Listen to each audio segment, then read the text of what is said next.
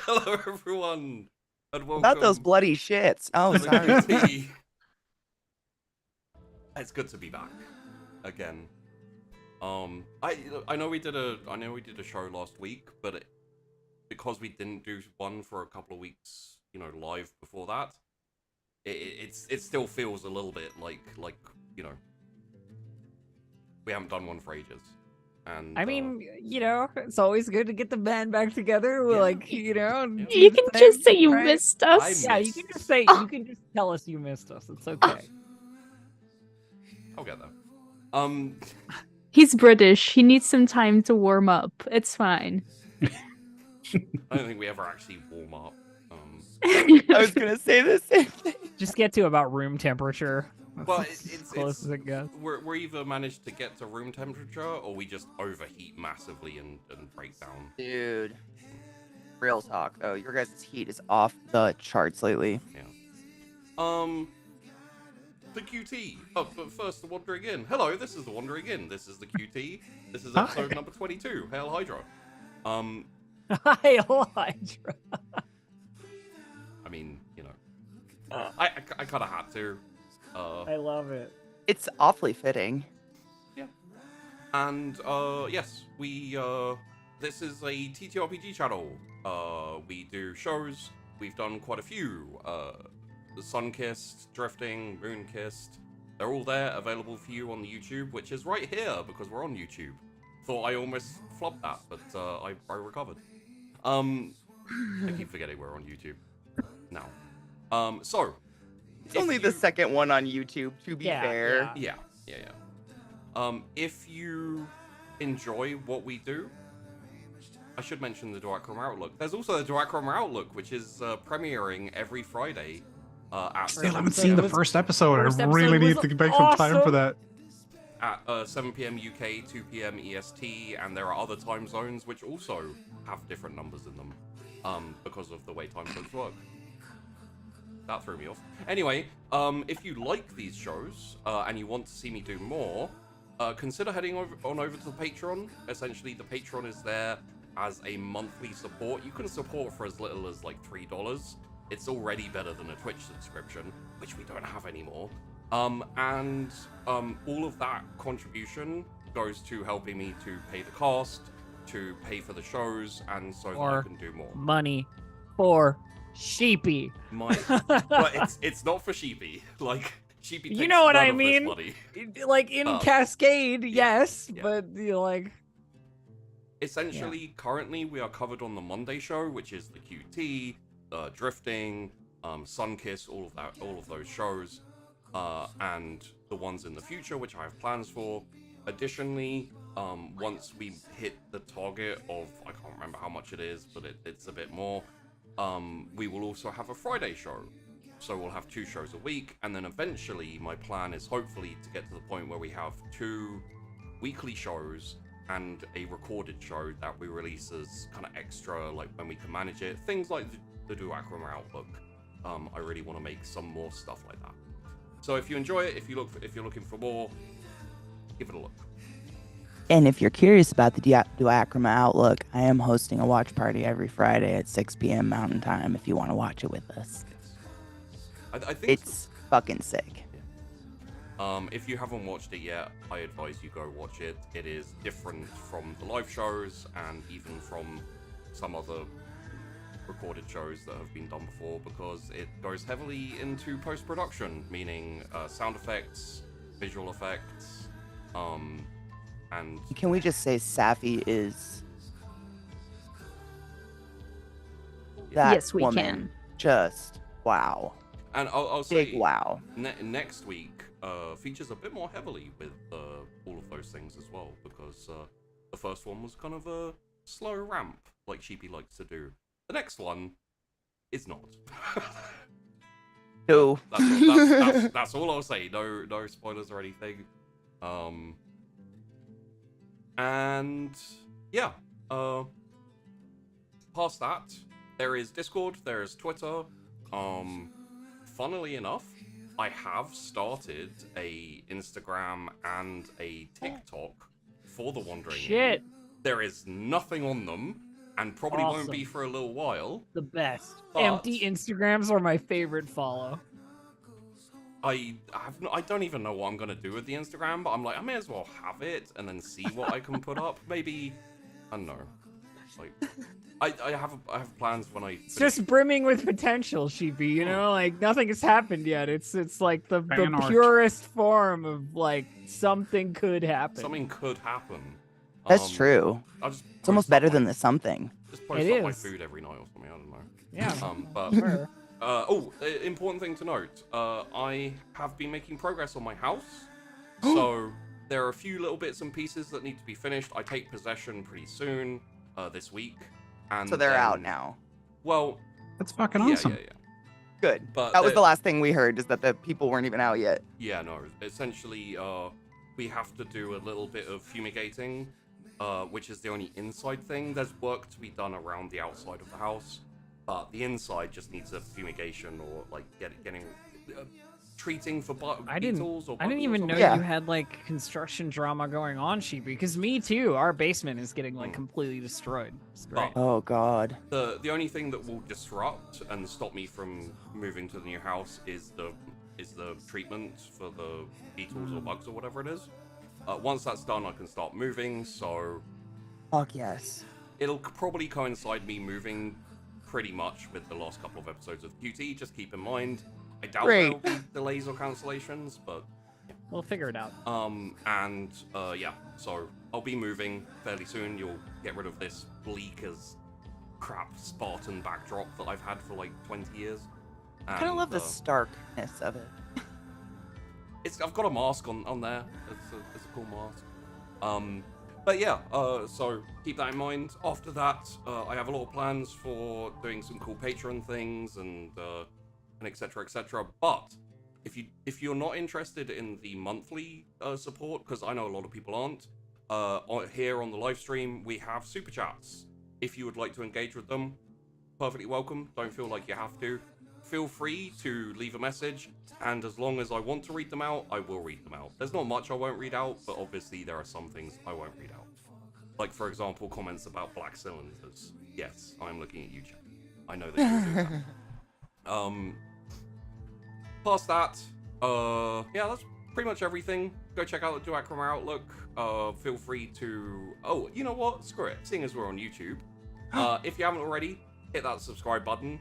Smash the like button. Don't forget to hit that bell icon to get notified Yeah. every time a new episode's released. Screw the bell icon. You don't need me invading your God life damn quite it! I that just wanted to much. help. But yeah, no. Essentially, if you're worried and you're like, Also, make sure to leave a comment for the algorithms. I was about to hit that. If you're worried about saying like something trite and basic, like, you know, I liked this episode. A, it's always nice to hear, and B, it helps. So even if you don't feel like you need to make a comment, feel free to make a comment regardless. But again, no pressure. Literally, a word helps. It's Yeah. just facts. Yeah.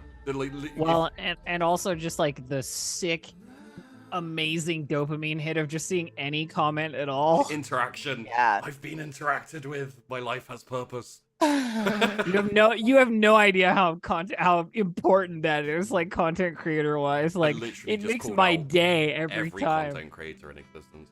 Tell you what, here's a little hand. If you want to help, but you don't know what to comment, just at the end of the stream, or when the video is up, if you're watching this on video, go to the video, go to the comments, and just say "Hail Hydra." There you go. Yes. Okay. Yes. It works.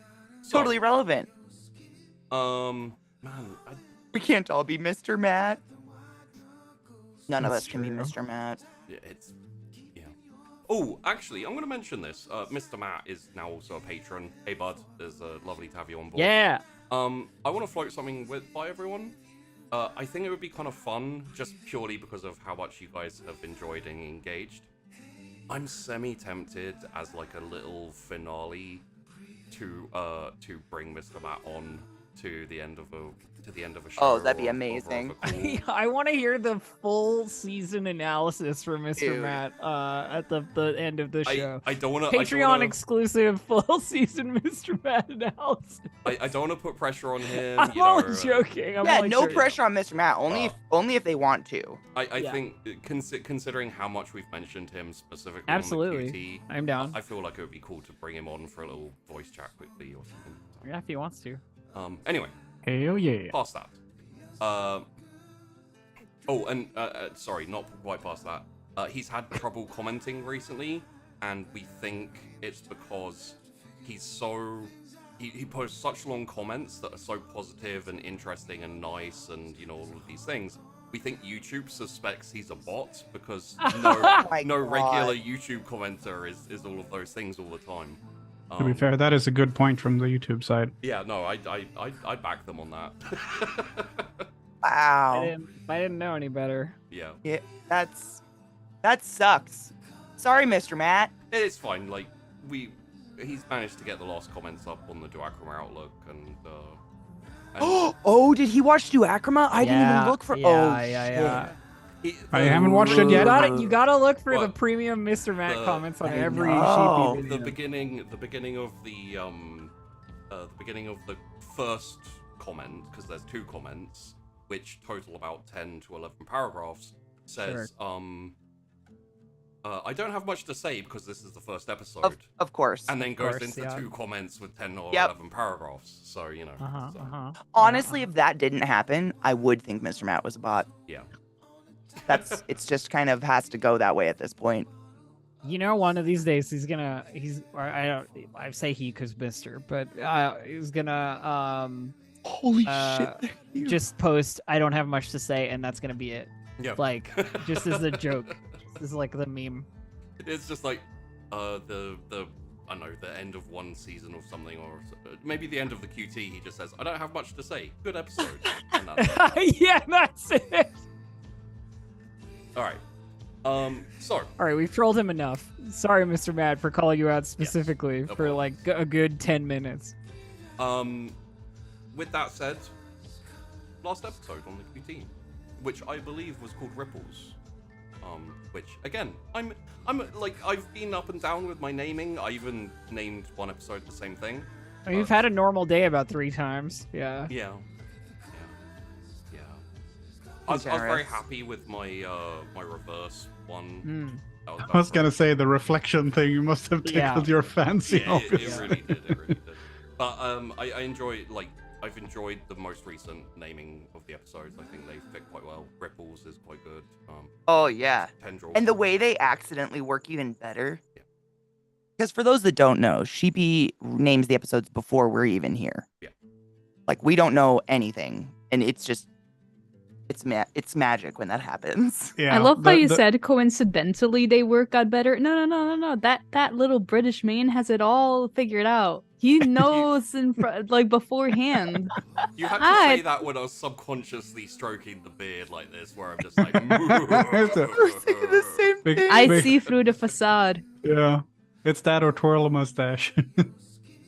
But the only reason I know what the episodes are going to be known, their name beforehand, is because they're listed as premiering tomorrow or whatever on YouTube. That's the only reason. I still wouldn't be able to plan anything though.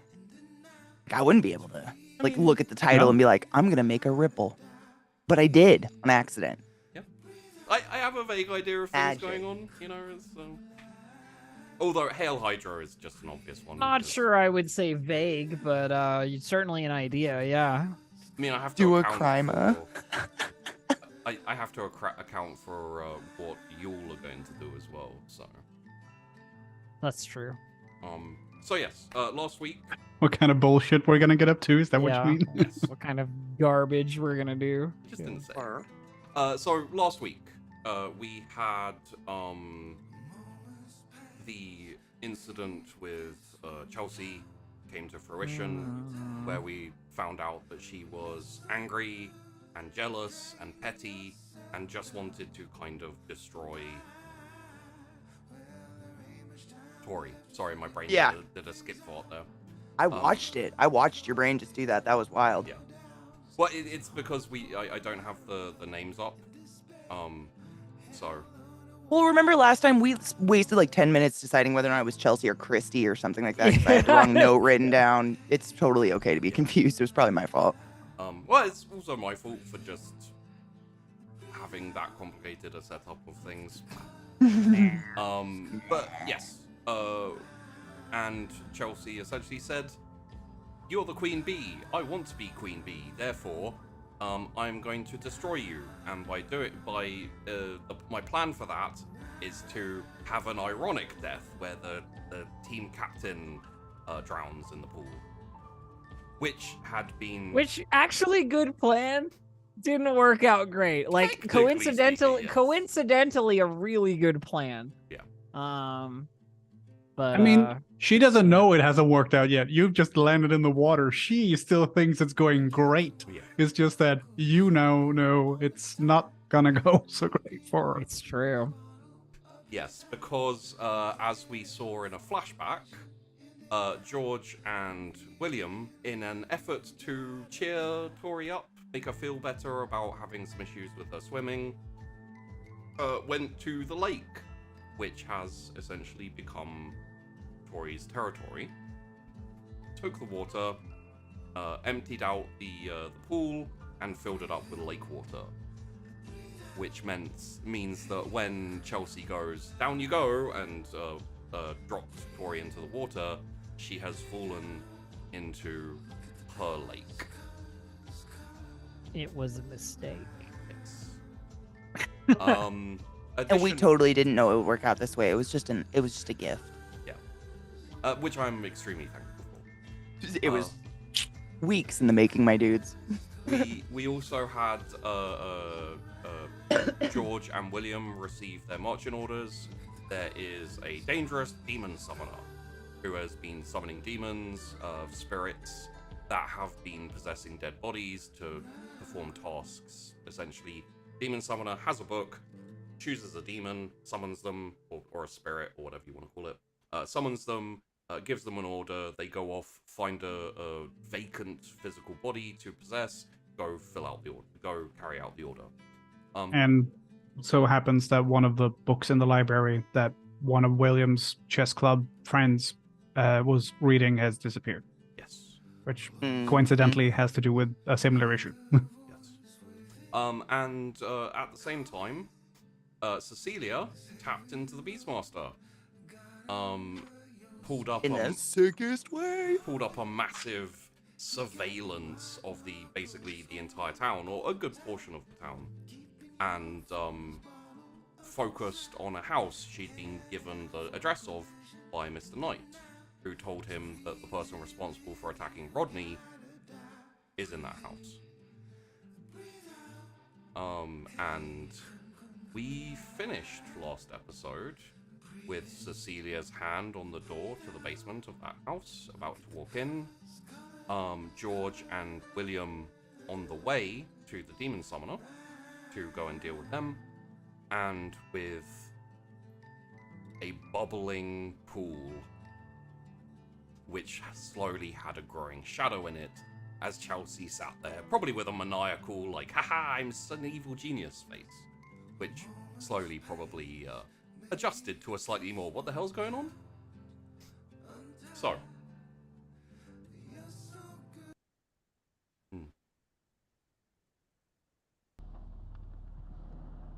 So. That was anxiety inducing. I feel great. Yeah.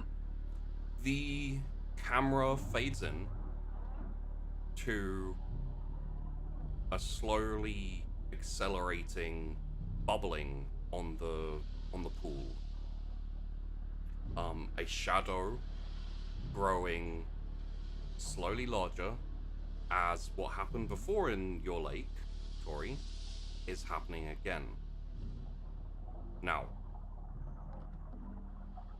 as it starts to happen, Chelsea gets confused. Yeah, I mean, I told her I could do some stuff, but she doesn't know the full extent of what's about to happen to her. She fucked. she steps forward a little bit and kind of like peers as it continues, and I will say,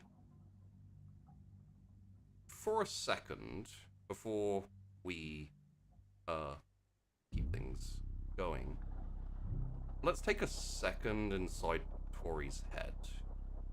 Sure. I'm curious, because she's experienced this before and she had a decent amount of control here. It's not like you're being taken over by the entity where it kind of like wipes your personality and where it My wipes your. roommate started talking to me. No problem. It's not the time. I'm It's- sorry, I'm busy.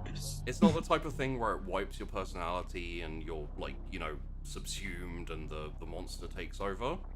But there is a fairly animalistic primal aspect to it that is quite overpowering. I think in this instance it'll be down to your thoughts, because honestly I could make an argument either way, whereby Tori's so pissed off she loses control. So I or- think, like, on my perspective, Yeah. in terms of like what Tori is feeling in that moment, right, is like there's a lot of that this bitch just tried to kill me energy, right? And Yeah. like the threats that I have made already that I know I'm gonna follow through on, Yeah. right? There's no empty hostility there. Like, it's legit like rage.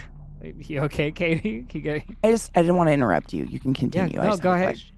Go, I wanted to go, ask, like, when you transform, this might be a question for both of you, but when you transform, because it's your second time and it's not like scary anymore, does it feel good?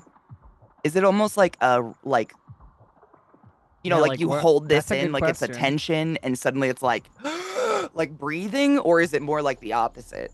I would say that as the transformation happens, it feels a lot like when you empower your voice.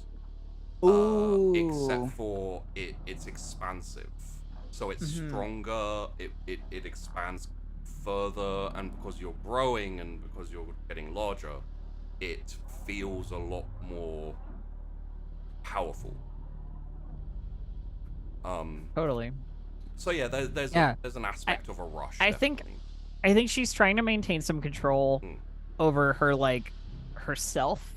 Though that self is rapidly changing, you know what I mean? Like, just based on like not wanting to destroy everything, not wanting to like cause more harm than good, you know what I mean? Like, in the current situation.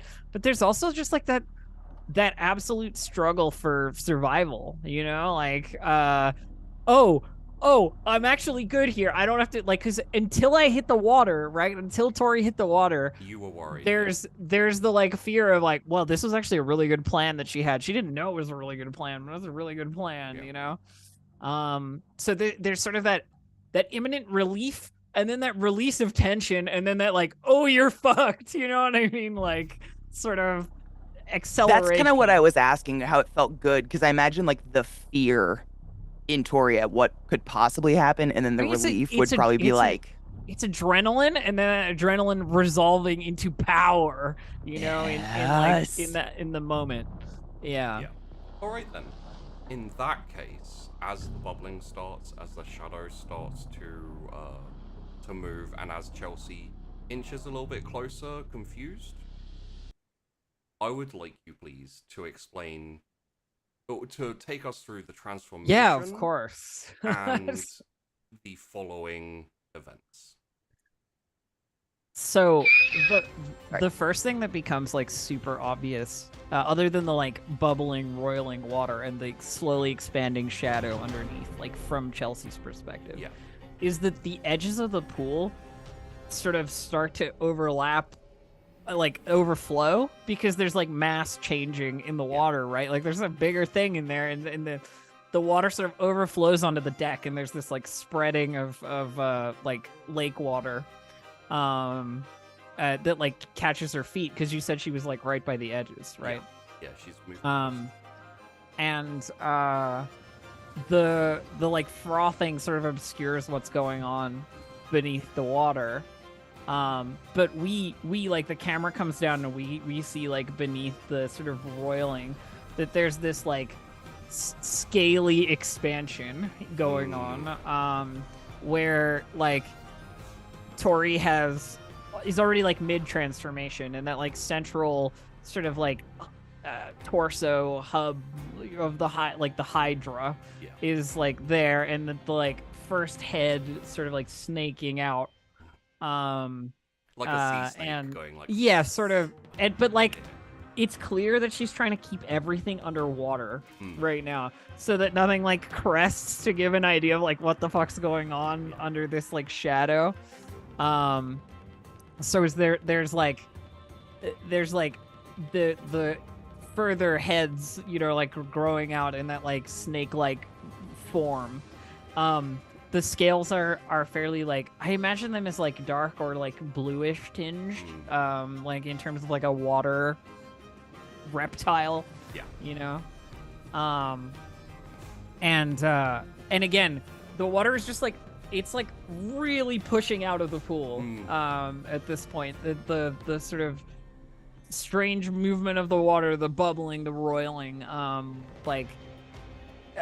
soaking the entirety of this. Like, it's over the deck, it's onto like the the stands areas and stuff.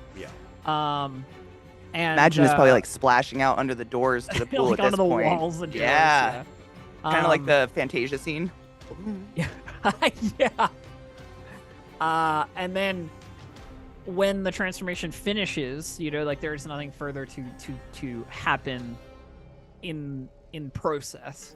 That's when she like raises those heads like out of the water, and there's like the visible like neck, like the curl of the neck.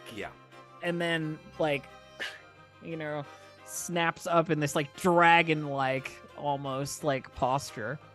But it's not one dragon looking at you. It's like 5, like these kind of serpentine, like webbed ears, and the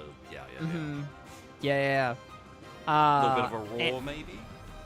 Oh, absolutely. There's this moment of like reveal, and then it's more like a scream. I imagine it like sonar. You know what I mean? Like a underwater ping sort of thing. Which, by the way, if you're near a submarine when it pings sonar, you die. The decibel level is so high that it explodes your eardrums. Kind of like underwater. If you're in the water, it will kill you.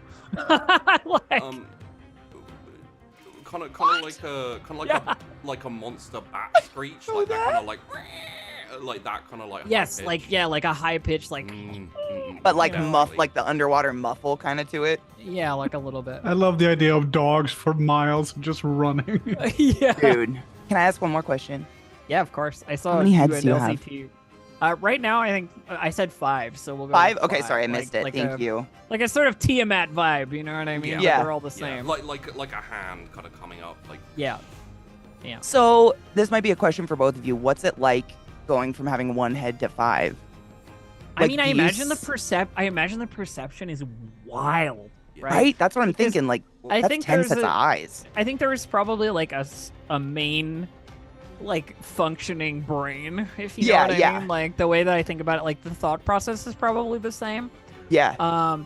But like, you get that like 360 vision, you know what I mean? If you like, if you, look around, you're gonna get lots more information, right? And like, there's a lot more detail. All of it. The thing is, as well, is the body and the senses of the body are built to process that. So, it's something that is different for you, but doesn't feel awkward or unnatural.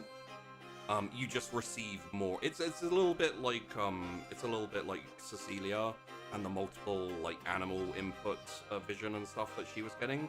It's like you have these. It's almost like you just have wider vision almost. Yeah. And it moves and it switches and well, and it's weird because it's like, I would imagine it as sort of like even like a multifaceted perspective, if you know what I mean. Like, in terms of like, like compound eyes, you get that sort of like vision from here and here and here and here and here, like all that are sort of different. You move the neck on one head, and you've got like a different angle and a different angle. You know, like there's just like a lot going on. There's But a you lot don't lose anything. No. That's the crazy part. Like you don't Yeah. lose anything. No. I'd say translating it into your like conscious brain as well, it kind of like molds all of the images into one image in a way. Yeah. It shifts a little bit and you know it folds over a little bit at places, but it's Almost like complementary. a fly's lens. Yeah. You know, it's like multiple. Yeah. Okay. Cool. I love the idea of if you cross your eyes and then let them shift back. I love the idea of that being the images going, and there we go. Now everything lines up. Focusing. Yeah. Thank you for catering to my stupid questions. I love of the course, details. I love this because I imagine from the perspective of like this show that we get this like weird perspective while we're talking about Yeah. this, and then it kind of all coalesces into like this point at Yeah. Chelsea, right? Like 100%. Oh. Like as the rearing and the rising out of the water, the camera moves in that POV, and like the images kind of split and move around, and then all slowly come together, overlapping each other, and focus on this girl who's like moving backwards, like stumbling over the bleachers, like the benches on the bleachers, like up a little bit, and desperately like clawing at the air, where you see a few little like silver strands. Which here's are, a question. Here's a question yeah. for you, Sheepy. Can I communicate in this form? Like, is there any way for me to talk or like say anything to this person? Like telepathy or something. So when you transformed last time, you didn't have a conversation or anything, but you had a little bit of like a commune with the Inkanyamba. Yeah. It's very much it's very much like body posture and movements Gotcha. and that kind of communication. I'm just setting up the scene, right? Like Yeah, whether I'm going to be describing things or saying things, you know, like there's no good or bad answer. There is, of course, a possibility as you become more comfortable to figure out a way to communicate. Currently, Different mouth, very weird. Yeah. Different throat, no vocal cords. Not for that. But yeah, essentially Chelsea looks to be grabbing at strands that have like flecks of water kind of highlighting them. She appears to be like pulling them in towards her, and you probably hear her say like, you know, what the hell? What are you? Which obviously. I mean, the answer is just to be like staring at her for a moment, like Yeah. take it in, bitch. You know what I mean? Like I imagine sort of like a deep like gurgle. like a bit of a rear up posture, like, you know, like even if I'm vulnerable, you couldn't hurt me, sort of thing. Like If I may, maybe Yeah. maybe one of the heads like snakes down and towards her just that little bit. Oh yeah. And the flipper ear things do that like snake rattle, so they just kind of like whack against each other a little bit in this like, threatening way. It turns Like the out that spitter Tor in is Jurassic actually, Park. yeah, Tor is a Dilophosaurus. Who knew? yeah. I mean, you know. I'm so horny for It's this. good. It's good.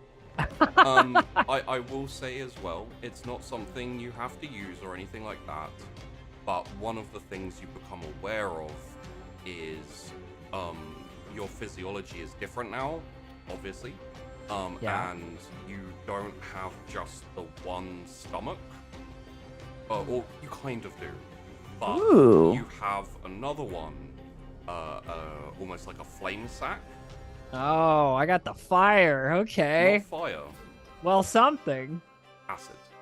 Oh shit. Okay. And Oh we're- fuck yes. We're talking like green, bubbly, sticky. No, you know what? viscous. That's the move. The threat move right there is that one head comes down, like does that like rattling sound, and then the mouth opens like a little bit, and you can see the like, you know, in like spitting snake venom, Yeah. like there's that little tube almost that you Yes. see on like the top of the mouth of the reptile, like opens the mouth and just like, and there's this spray of like green like liquid that hits the ground near Chelsea, not at Chelsea, just it, like, near hits Chelsea. near her and just And you can see it smoke off the ground like immediately. This sort of like acid melting.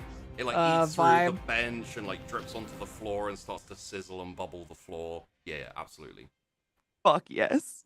I love the idea of the heads being still separate heads in like kind of Dr. Octopus style, going, having an argument of who gets to eat her or whatever. Oh my god, yeah, like snapping at each other. Yeah, exactly. So yeah. I think centrally there's a very like focused, unified attention, but yeah, I like, think with everything this kind anger, of moves yeah. a little independently, right? And you can see that Chelsea is kind of like has kind of fallen over. The acid is sizzling beside her. She like looks down at it. Her eyes widen as she starts to get a little bit panicked, and you can see her like shit. you can see her like looking like she isn't completely rabbit yet, but she's like looking at exits. She's looking around. She's trying to figure out like what she can fucking do. In this Bitch. situation. Yeah, what's a fucking spider gonna do now, bitch? Yeah, absolutely. Yeah, your Try manipulation spinning this, tactics are useless. Step into my pool, said the Hydra to the spider. Yeah. But Rock beats paper. I actually think No, this is the point in time Acid where beats spider. the like front claws of the Hydra like lift out of the pool and onto like the edge of the pool itself. You can see these like big sort of reptile talons, like the like classic webbed and dragon shit. Ooh, vibes, but with so- like the webbing. Yeah. A little bit of extra info for you. Yeah. You are very much like a okay, so this isn't super impressive, but it's the best way to describe it. The body is like a slug. Yeah, you're like a big The lump, claws basically. are like there's no real legs. The claws are like Yeah. on the body. So essentially, you're like big, kind of dragon-like. I mean, chest she's a and water scales. creature, Yeah. right? Like basically. When you get the claws on there, the body also like crunches against it, and like the side Yeah. of the pool cracks. And Yeah.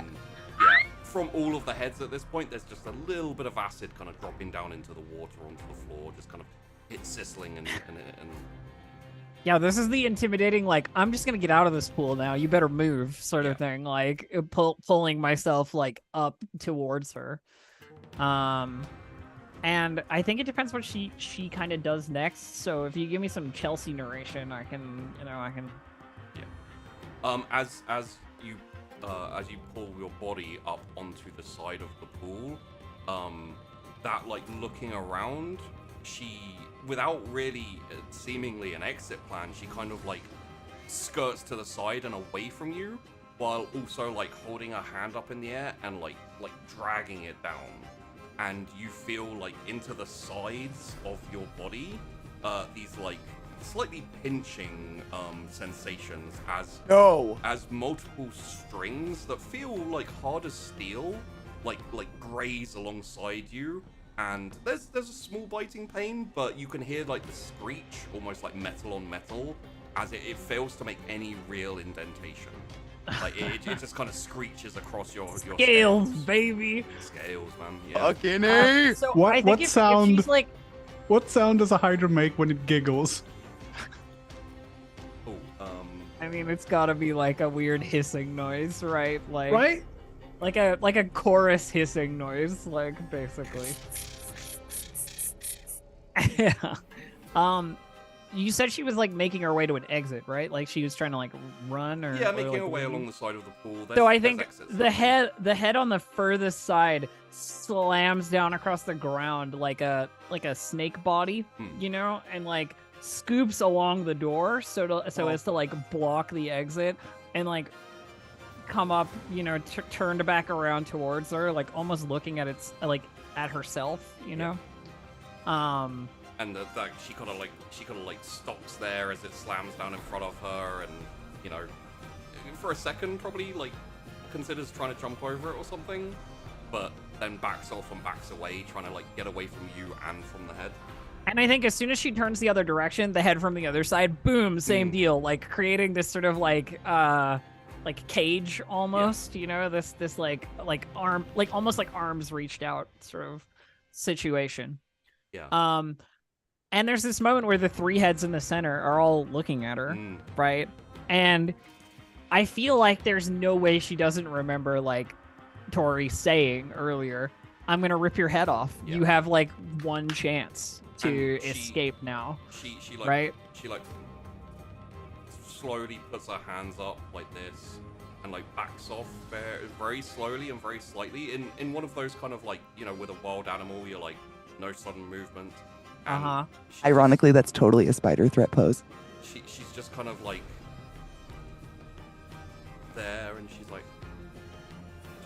Tori, is that you?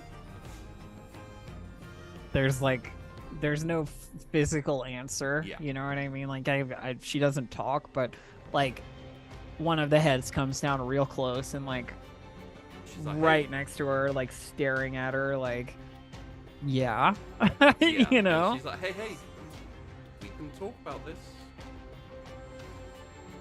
That same head, the one that's like down near her, just goes like this.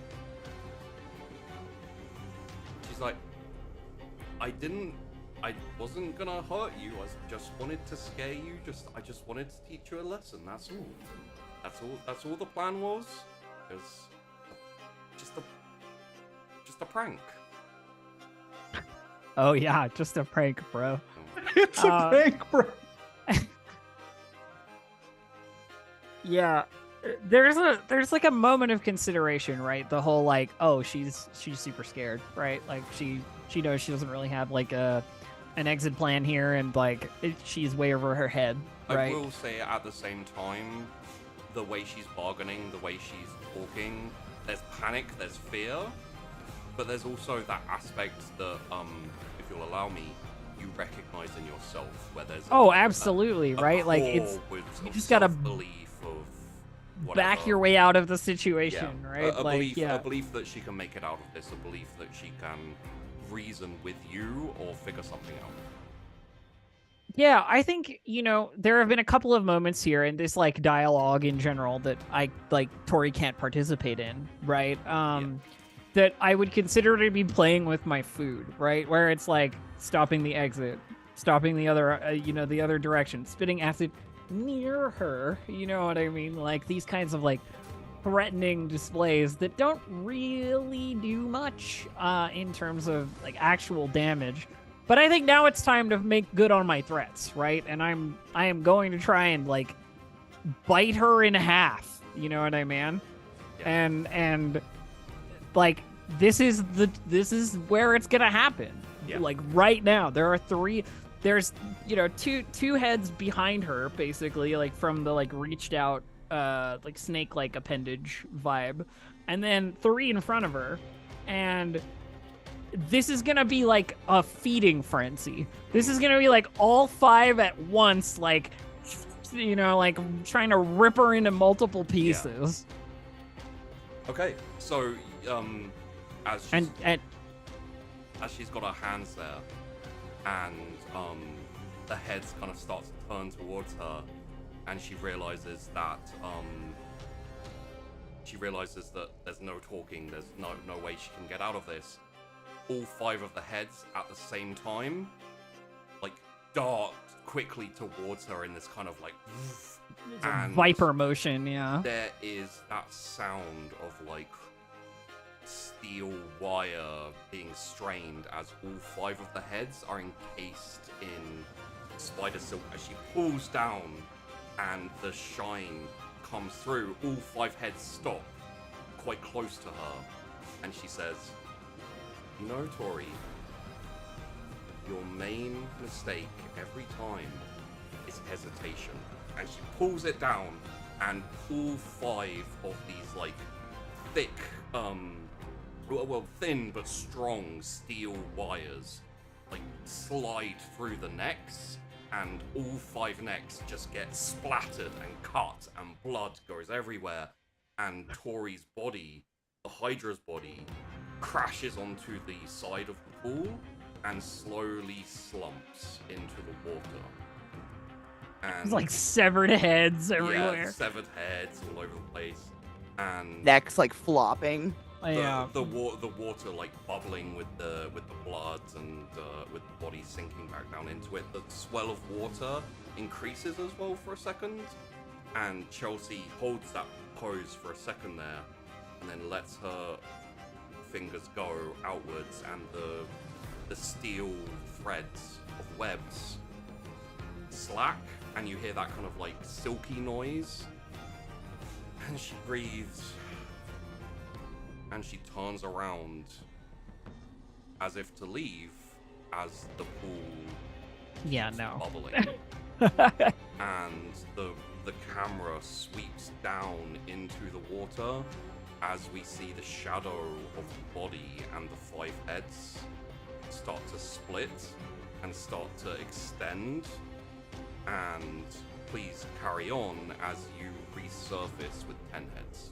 So there's this horrible moment of like where the stumps of the like where the previous heads were sort of there's like a snake skin, almost like a shed over it, and like the two new necks basically punch through this bloody shed. Yeah. You know what I mean? And The water and bubble. like extend, and it is like a violent growth, like like an insanely quick regeneration. It's like those little fireworks that you light and then the ash comes out of them, like that. Yeah. Snakes. Yeah, just and then suddenly you're up against double what you were up against before. Basically, there's this, it's like a horrible ripping flesh noise, and then everything is good, you know? Yeah. And, This like awful meaty growth noise. and the camera like rises out of the pool with your heads and with your body and swings around to face Chelsea, who is facing away from the pool, as this dripping, monstrous 10 heads rises up behind her, and the camera sees her close her eyes for a second and mouth and then take it away. Well, I mean, you know, there was that whole line about hesitation, so we're not gonna fucking wait this time. It is the same move, basically, but double. You know, like the same swarming, like the heads are almost fighting each other to get a bite of this tiny human. You know what I mean? Like, and rip them limb from limb into tiny little pieces. And as that happens, the heads all pile in on the girl, on the camera, overwhelm the girl, overwhelm the camera, and we fade to black. Okay, yeah.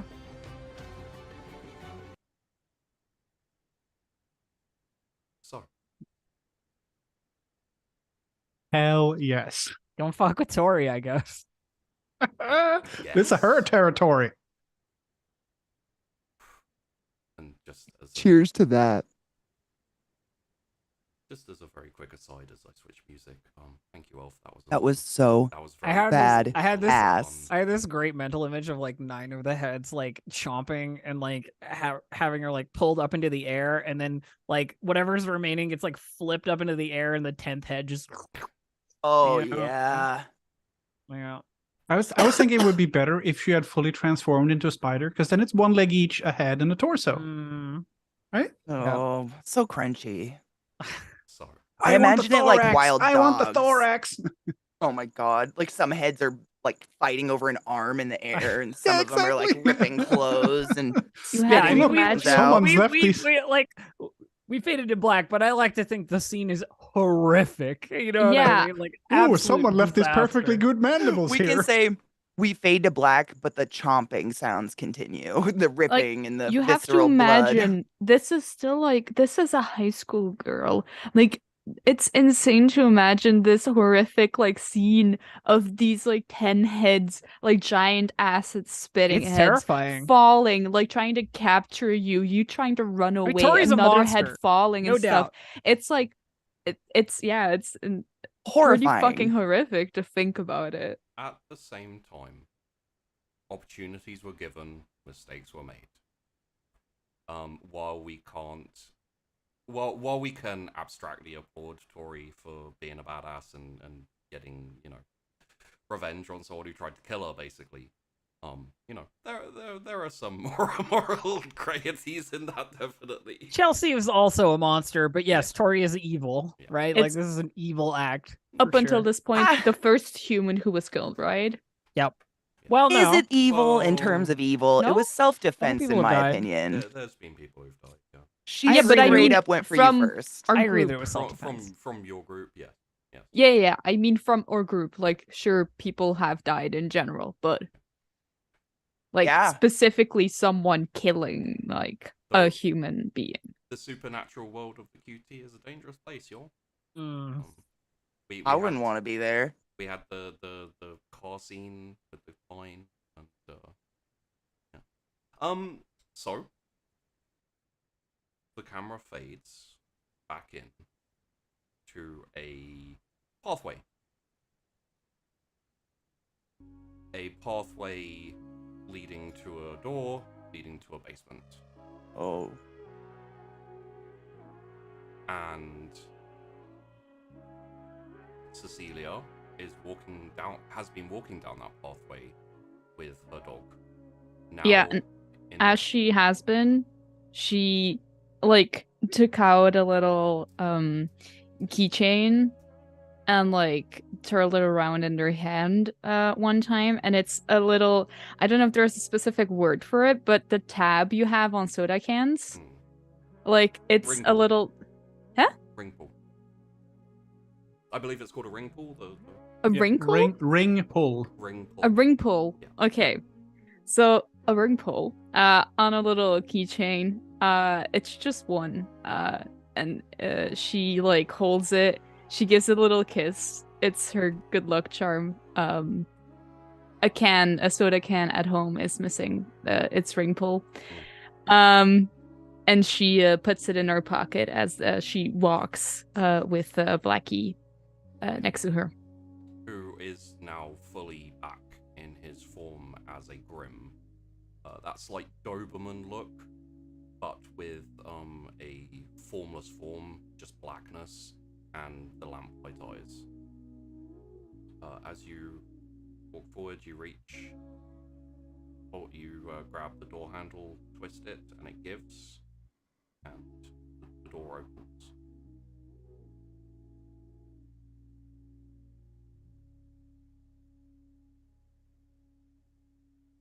Hello?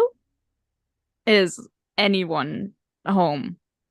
I mean, I guess I know you're home, but still, it's polite to ask, right? What you are presented with is essentially like a almost like a little like ante-room, which is like some shoes and some coats hung up on the thing, and then another door which presumably leads further in. As you say hello, you receive no reply, but you can hear a voice, a little bit muffled and murmuring, further through past the door, past this little room here.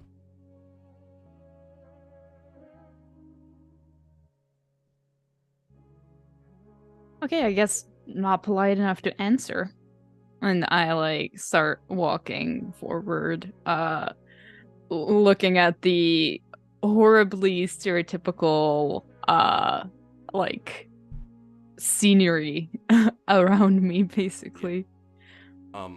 As you walk in, Blackie stays on heel with you, kind of in lockstep, and I'm assuming you like squeak open the door and. Is it like actually from behind the door? Yes. Okay, I knock on it and I open it. The murmuring you hear pauses when you knock, and as you open the door, you see that past it, in this kind of like cellar basement looking room, you can't see too much because there are no lights aside from candles on the floor.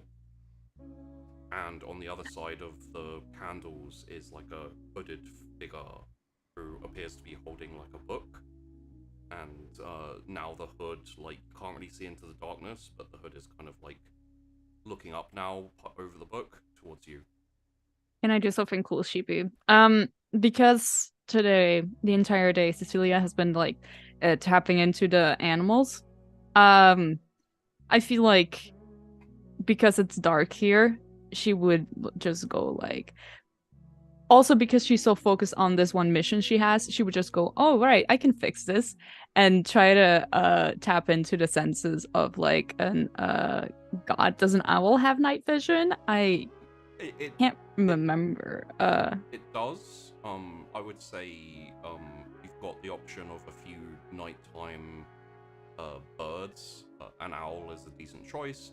You also have essentially you're still tapped in for now, but it's very like low control. There's no compulsion on them. It's just essentially maintaining connection.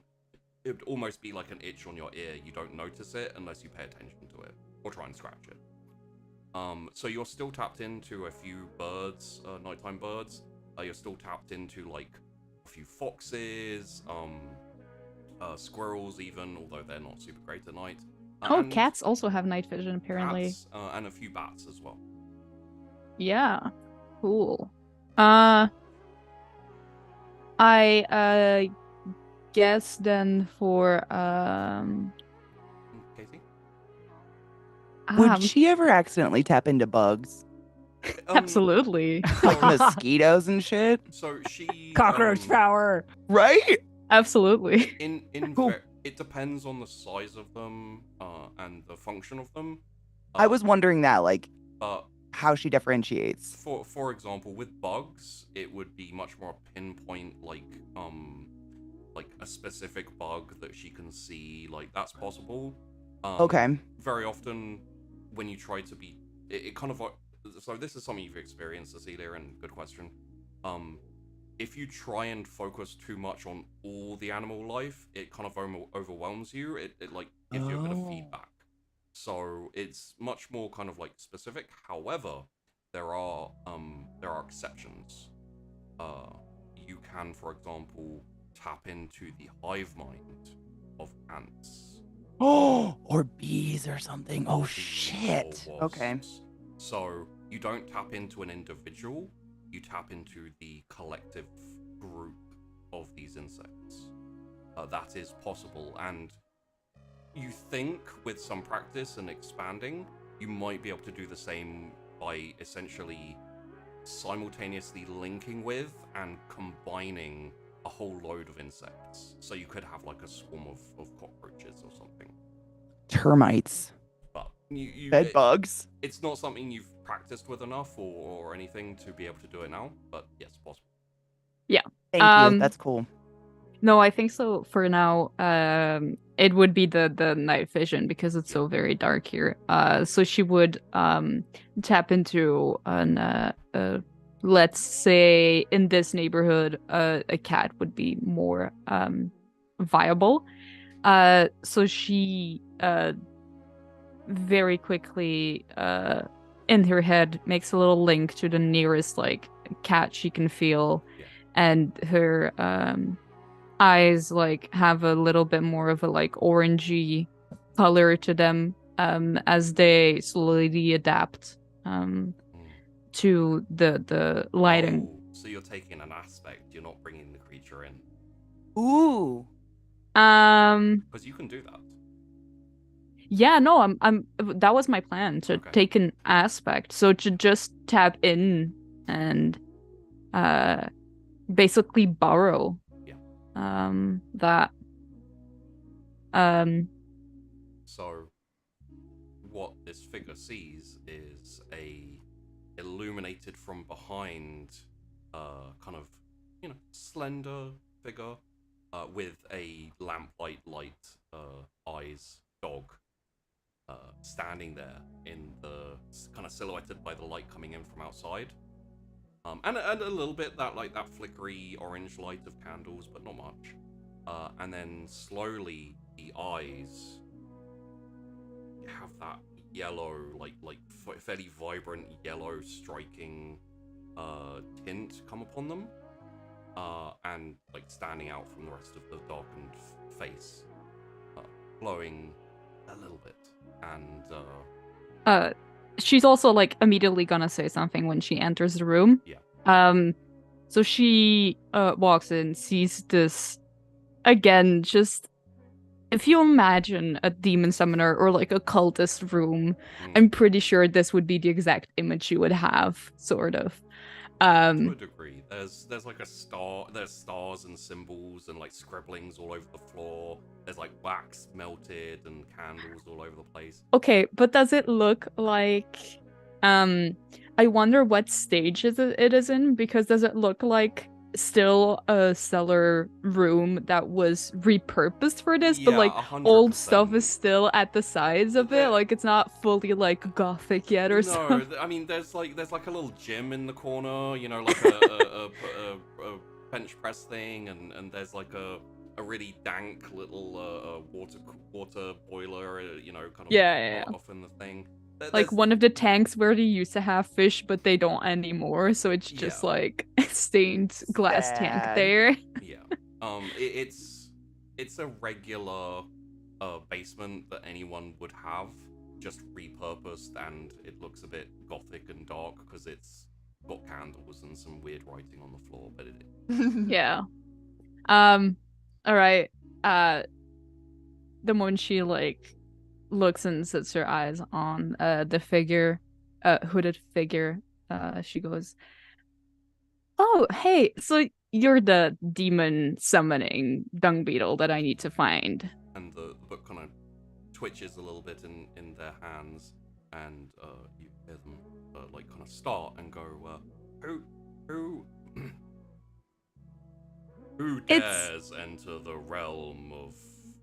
Hi, yeah, I dare too. It's very nice to meet you. I'm Cecilia, and you have kind of been sending demons after my boyfriend. Cecilia? I don't know if it's normal for you to kill people, but I kind of don't think that's good behavior. But I'm guessing you maybe don't understand all of this because you're not human. So, if I need to spell something out, like, please do say so. And the figure like kind of drops the book and it falls on the ground, and they like lift their hands up and pull the hood back, and you see a face you recognize for a start. And Arthur says, "Cecilia?"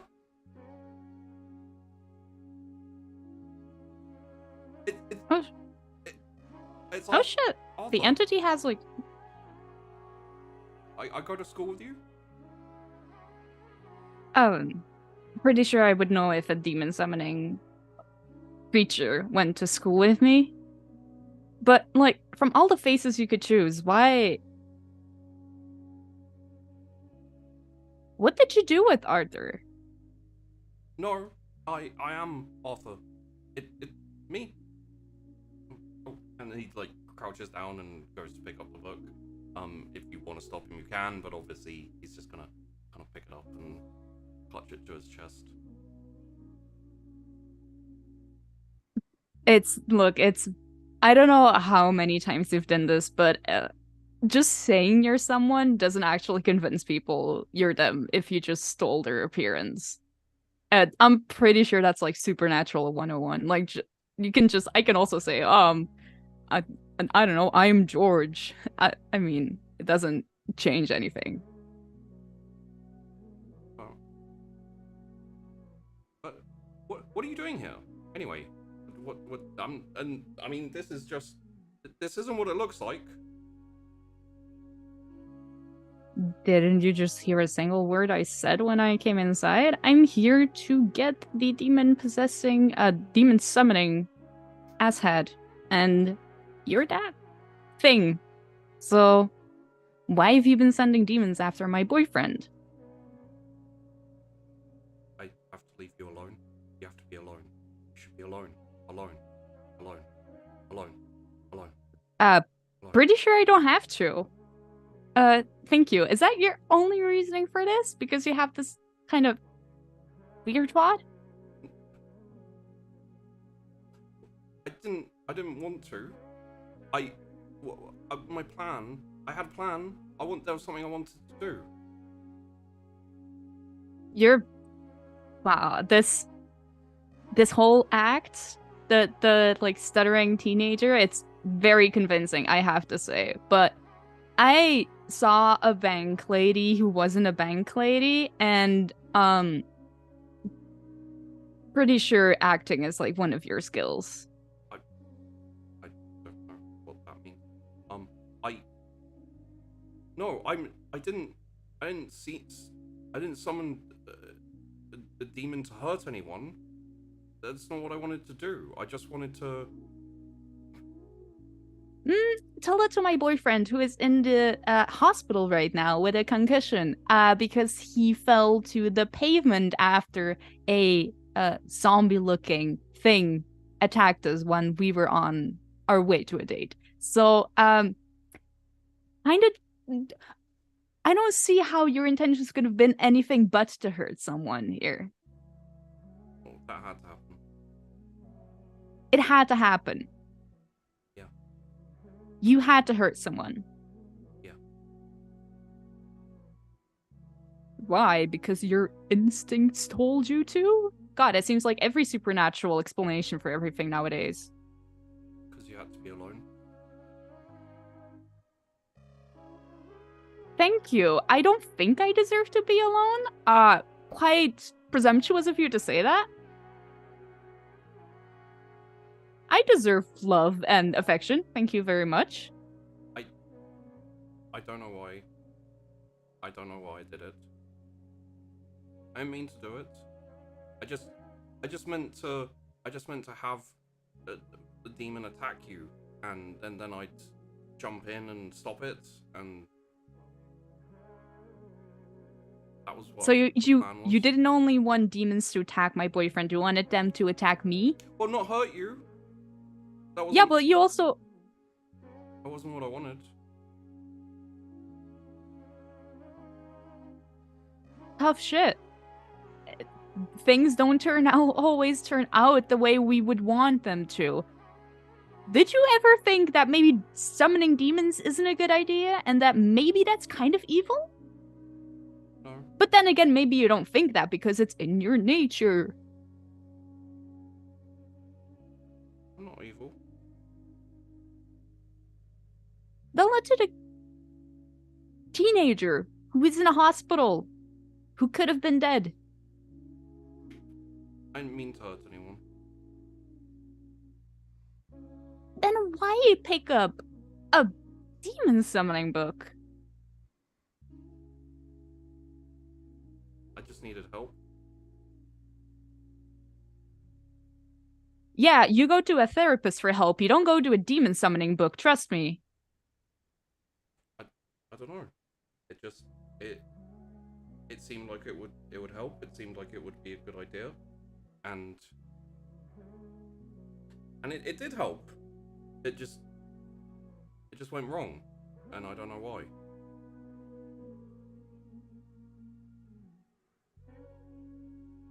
Okay, look. This is all very convincing, and you may think, oh, it's like a new monster hunter or whatever you want to call me. I don't know. Exorcist? I don't know. It's a new one. She doesn't have any experience. I can convince her into doing a certain thing and manipulate her. This is my evil plan. I've already had that happen once. I'm prepared for it. So I think I'm not even gonna ask you if you would stop, because honestly, we both know you could just totally lie, as you have been doing this entire time.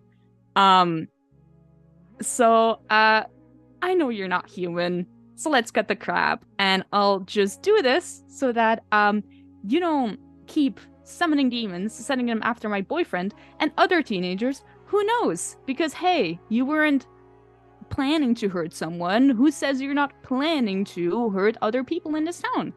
As you're saying this and as you're talking, you and Arthur are both become more and more aware of a rumbling growl coming from just by your ankle, as sitting there, not moving or anything, but Blackie slowly raises this kind of like threatening growl as you are talking and as you get more solidified in what you're saying and you know, angry, let's say.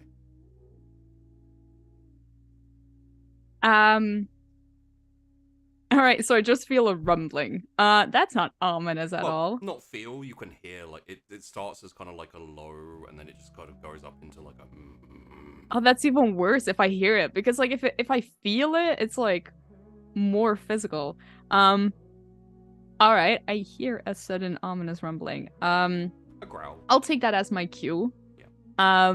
Because this entire time, Cici has been like entertaining this conversation and using it as a way to get out her frustrations and I mean she likes to talk. But also at a certain point she had to stop herself because it's like, okay, this is a very convincing like charade, you know, like, oh, I am this poor high school kid who didn't know any better and I made this mistake and I didn't want to hurt anyone. But in her head she like has this like moment of clarity where it's like, okay, no, but like this may be convincing, but Knight told me that this thing is not human. And this is a creature. you've been tricked before. Yeah. So when he gave all of this, he was like, this is a creature, it's not human, you need to just exercise it and then we can actually go on to saving the town and the people. And when she, with the bank lady, when she was hesitating and talking too much, it turned into her disadvantage. So at this point she's like, no, I just have to trust Knight, basically. And I just have to go for it and make sure that I am the first one making a move.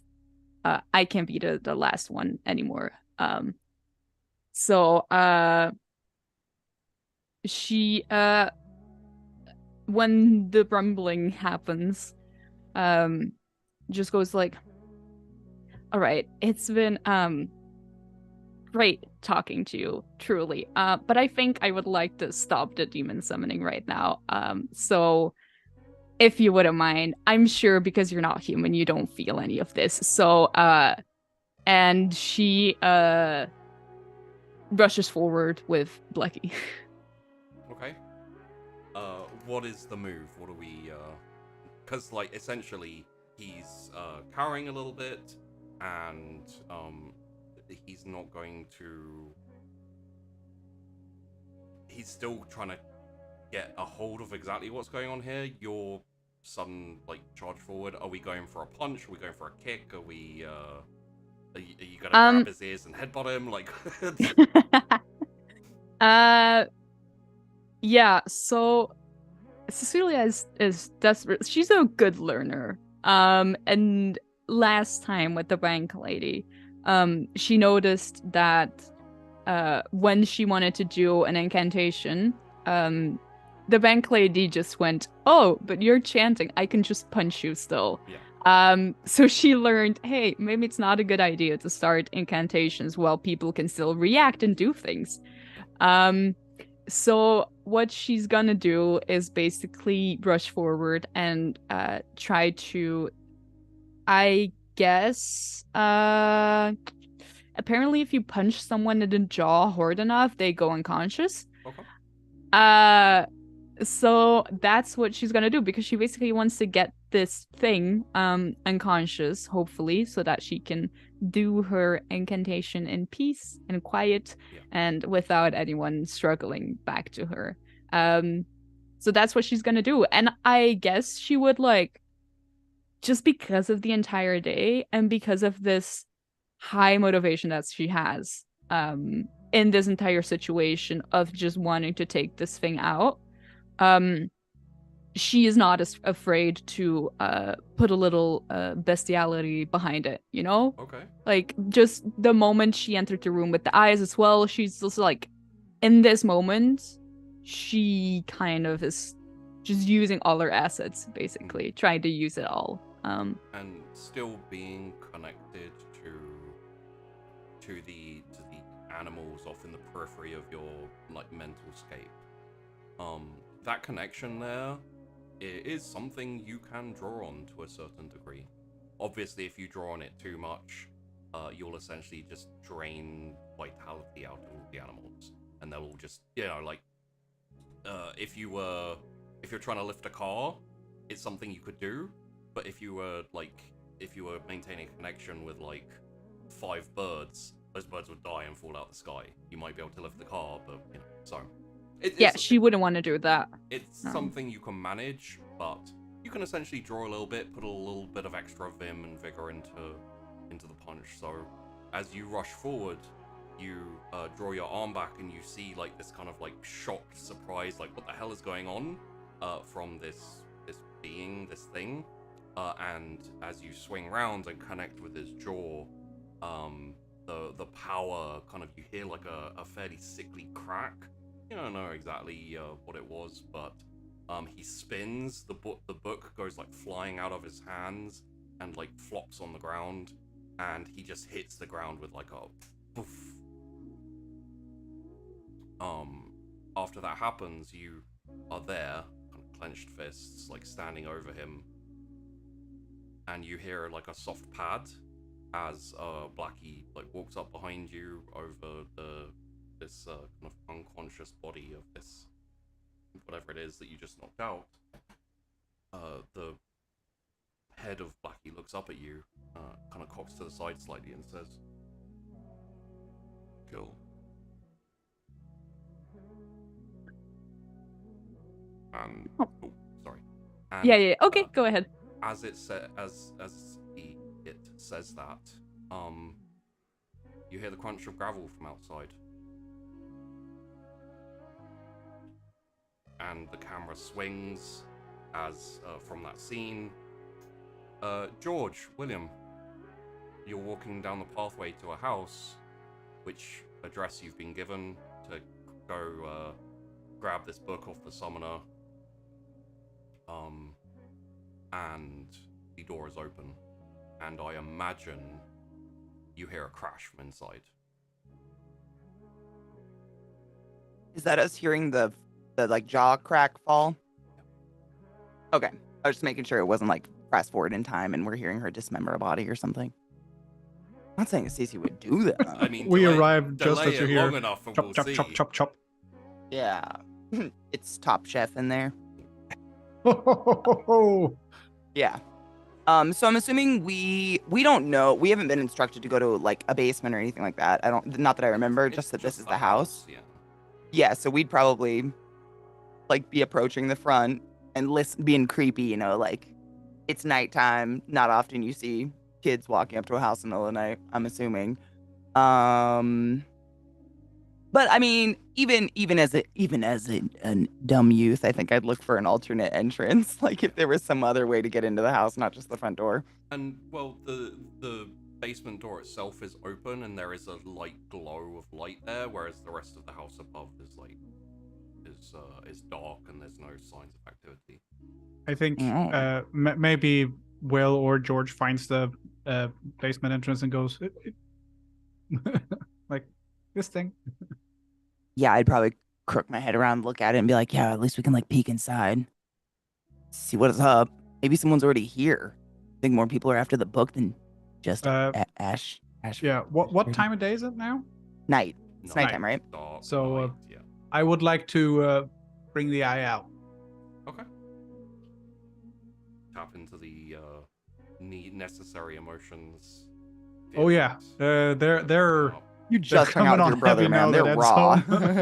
And now when you call upon this, when you kind of fuel that fire inside you, Yeah. feel 2 pathways. Yeah. You feel the eye, you feel the arm. Do I feel like I can split it, or is it one or the other? Oh, you can split it. Okay. I think I'll go with the eye for now. Okay. And you direct it, you channel it, and your eye gets a bit hot.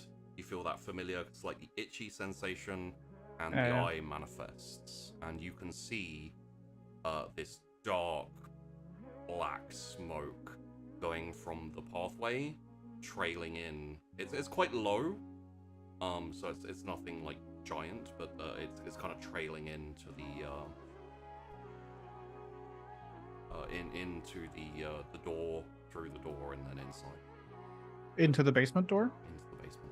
Okay. I relay this information to George. And I'm gonna say from here, unless you're being super, super whispery, Cecilia, you'll be able to hear some form of like outside murmuring and clat. So keep in mind, both of you will now probably be able to hear each other. Or, Hey, George! I know. There's weird smoke shit!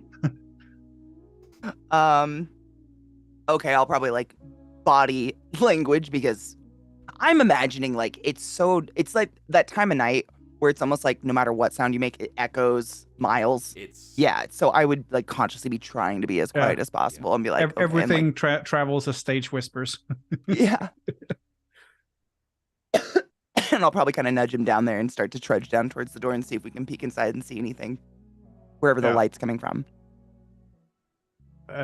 Will tries to walk down into the basement as slow, or not as slow as possible, but as quiet as possible, and see how that works out. Do I need to roll anything? I would say no. I would say as we go forward here, probably, unless you really want to have a dice off, this will be narrative here. So No. It's, he tries to make no noise, basically. I would say for both of you, you can probably hear a little bit of shifting or something from the inside. Yeah. And for Cecilia, you can maybe hear a very kind of like, maybe a couple of like gravel sounds, etc. Like you both know someone's there. Yeah. Do I know if Sheepy, could I use my barrier incantation as a way of keeping people from coming into a certain area? Yes, you could. It is an incantation though, it's not something you can really like mumble. So I would say if you do, immediately both of them outside will hear a proper like voice and like, the words. Yeah, well, I need to basically what Cecilia's idea here is that she probably went to pick up the book. Yeah. So that's why like it took her some time, because she took it and briefly just like looked at it. You pick it up? Yeah. In that case, when you pick it up, the first thing that happens is in your mind, you hear, "Read me." Is that free me? Read me. Read. As in... Read me. Wait, feed or breed? Read. Read. R-E-A-D. Okay. Really? What? Why would really... a book say breed me? I don't know. That's why I don't know. I asked. mean, we don't know what you're into, Sheepy, so... DC does read a lot of smut. Yeah. That's why I asked. I really didn't know. I find it so weird. Okay, read me. Who wouldn't find that weird? It's not a compulsion, but it is a slight kind of like itch. It's something that while you're holding the book, it's there's like a little scoff of like Cecilia knowing this book is evil and just being like, good one. Good try. I'll take it off your hands. But yeah, she went to do that. And basically her reasoning here is she will need to speak up either way if she wants to exercise. Yeah. In not whispering, just fully. So she will have to do that. She might as well keep people out, because either way they will hear her. Okay. So she will definitely start to incantate for protection as a sort of barrier around Arthur, his body, herself, and Blecky, kind of a little dome, basically. If you want, you can kind of section off, like, kind of put a wall between you and Oh, the door. yeah, sure. Just Yeah. like a wall, yeah. Yeah. So she will start to do that. So you guys will start to hear from inside the room further down the hallway. I will just say, like, also Cecilia hasn't heard your voices. She hasn't recognized you. She Yeah. has just been hearing that some people are here, apparently. Voices, yeah. So yeah, so you hear the familiar shelter me world, for I have strayed and require sanctuary. The night grows darker and the wolves prowl at the threshold. Succor my soul and hold back the darkness. And then she sees the wall comes up, and then she's like, okay, good. This will like hold them at least. The wall kind of like appears. It's Sheepy, You're you're muted. I can see you doing like, and I was like, ooh, she was Wait. miming. Am Oh, I, now you're there. am I okay? That was weird because I didn't actually mute. My audio is a little bit weird. Oh no. I love the idea of Cece putting up the wall or the barrier, but we're already inside. It was like, you just put up the barrier behind us. You wish. Yeah. Yeah. The That'd be cool. the wall comes up and it spreads from side to side of and it cuts off like your section of the basement. I'm just gonna skip kind of back a second to the moment that you start hearing a proper voice and incantation. I would say it's down to you guys whether you recognize the voice. My gut says no. But I mean, through the floor, right? Or are you in the basement as well? you're outside the basement, outside the door. Okay. Oh, yeah, okay, yeah, no no. frickin' way. No. So you do hear a kind of murmuring voice, It's the demon summoner. Yeah. I mean, that's probably what we think it was. Yeah. What do you do? Can Will see? I know you can see like the tracks of people, but when you get close enough to the people, like through walls, can you see like an aura or something? No. Nothing like I that. need, So you can't I actually need see where the direct line of people are. sight or traces of people. Yeah. So Right. you can see traces going in, but And we're still outside. as you hear this voice, yes. Okay. If I hear someone incantating, Yes. Someone is chanting. I definitely manifest the arm or the hand. And that's the first time George is going to see it. Yes. Kind of scaly, kind of lizardy with these like long black, like pointy claw fingernails. Bro, you need some manicure. However, I tried with an angle grinder. It won't work. Like. I would also say it depends on etc. But you were creeping towards the door. Yeah. And it depends on what you do now. Like, so as you're going, you can manifest this thing. Are you changing the creep? Are you going for more of a like, let's get it? No. I just want to have it ready in case I need to punch or slash the fuck out of someone. Okay. George. So George is thinking because we're hearing something inside. Something's obviously going down, and she doesn't want to like. She's not of the mindset that they're running in and like, killing someone or doing something like that. Yeah. So I'm gonna look at his hand and kind of look back and forth from the eye to the hand to the eye to the hand, and be like, so like, what's that one do?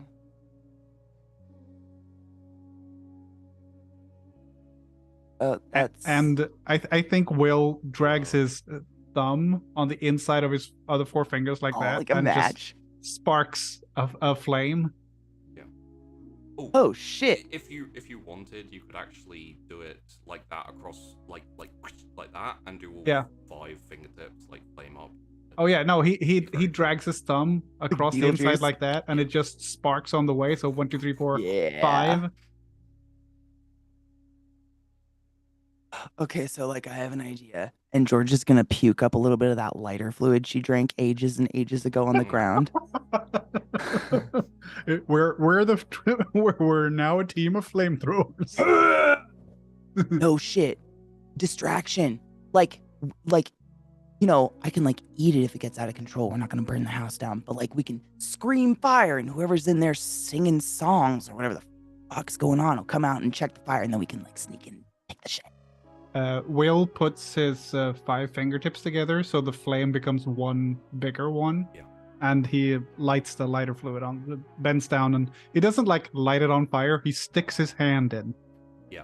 And Because obviously it's impervious to fucking fire. It's on fire. you can feel the heat to a degree, but it's Yeah. not painful, and it doesn't like catch or do any damage Yeah, to yeah. your hand.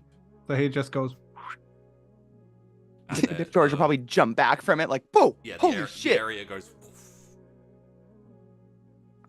And then, I mean, I'll probably kind of like do the look around, like, Will goes to George like, you're up.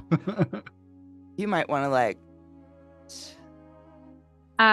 Shipiala, I'll add something in here. I think at a certain point here, because she knows there's sound outside, Cecilia will actually send Blackie out a bit out to see if there's anything major I don't want to kill a dog. going on. So in his Is grid that form, before the barrier.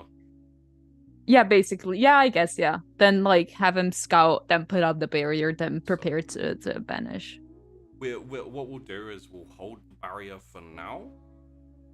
That is something that can happen when you want to trigger it.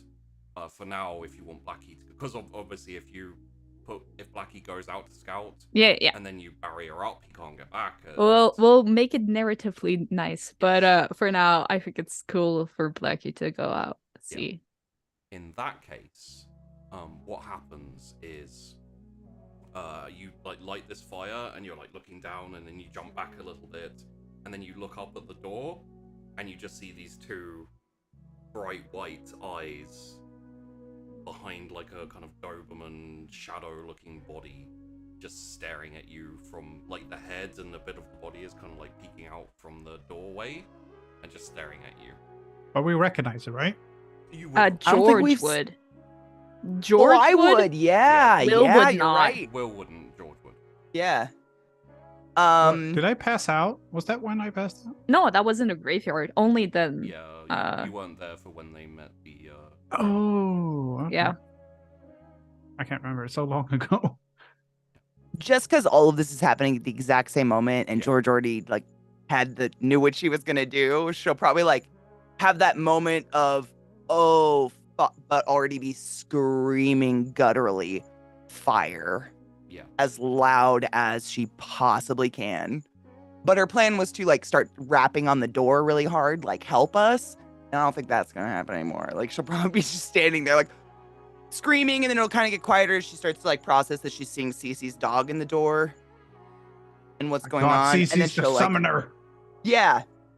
And after Shit. after To be screaming honest, fire valid. multiple times, Yeah. very very loud, she'll probably look at Will and be like, "You should hide that shit. That's Cece's dog." And then I'll probably go towards the door and see if I can open it. Well, the door's open. I'm gonna open it.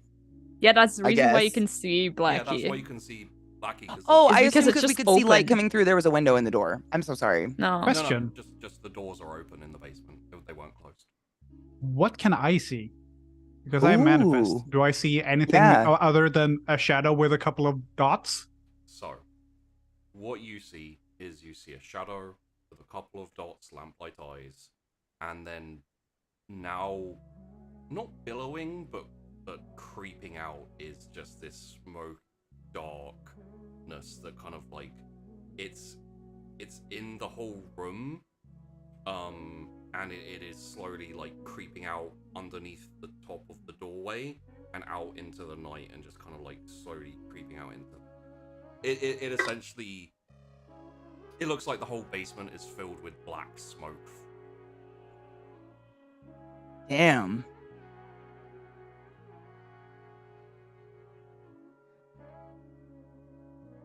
Okay. Nice and cheery. Yeah. Yeah, no, I do not get rid of eye or hand. I don't know what the fuck this thing is. I'm gonna do the crouch down and be like, "Here, boy, come here.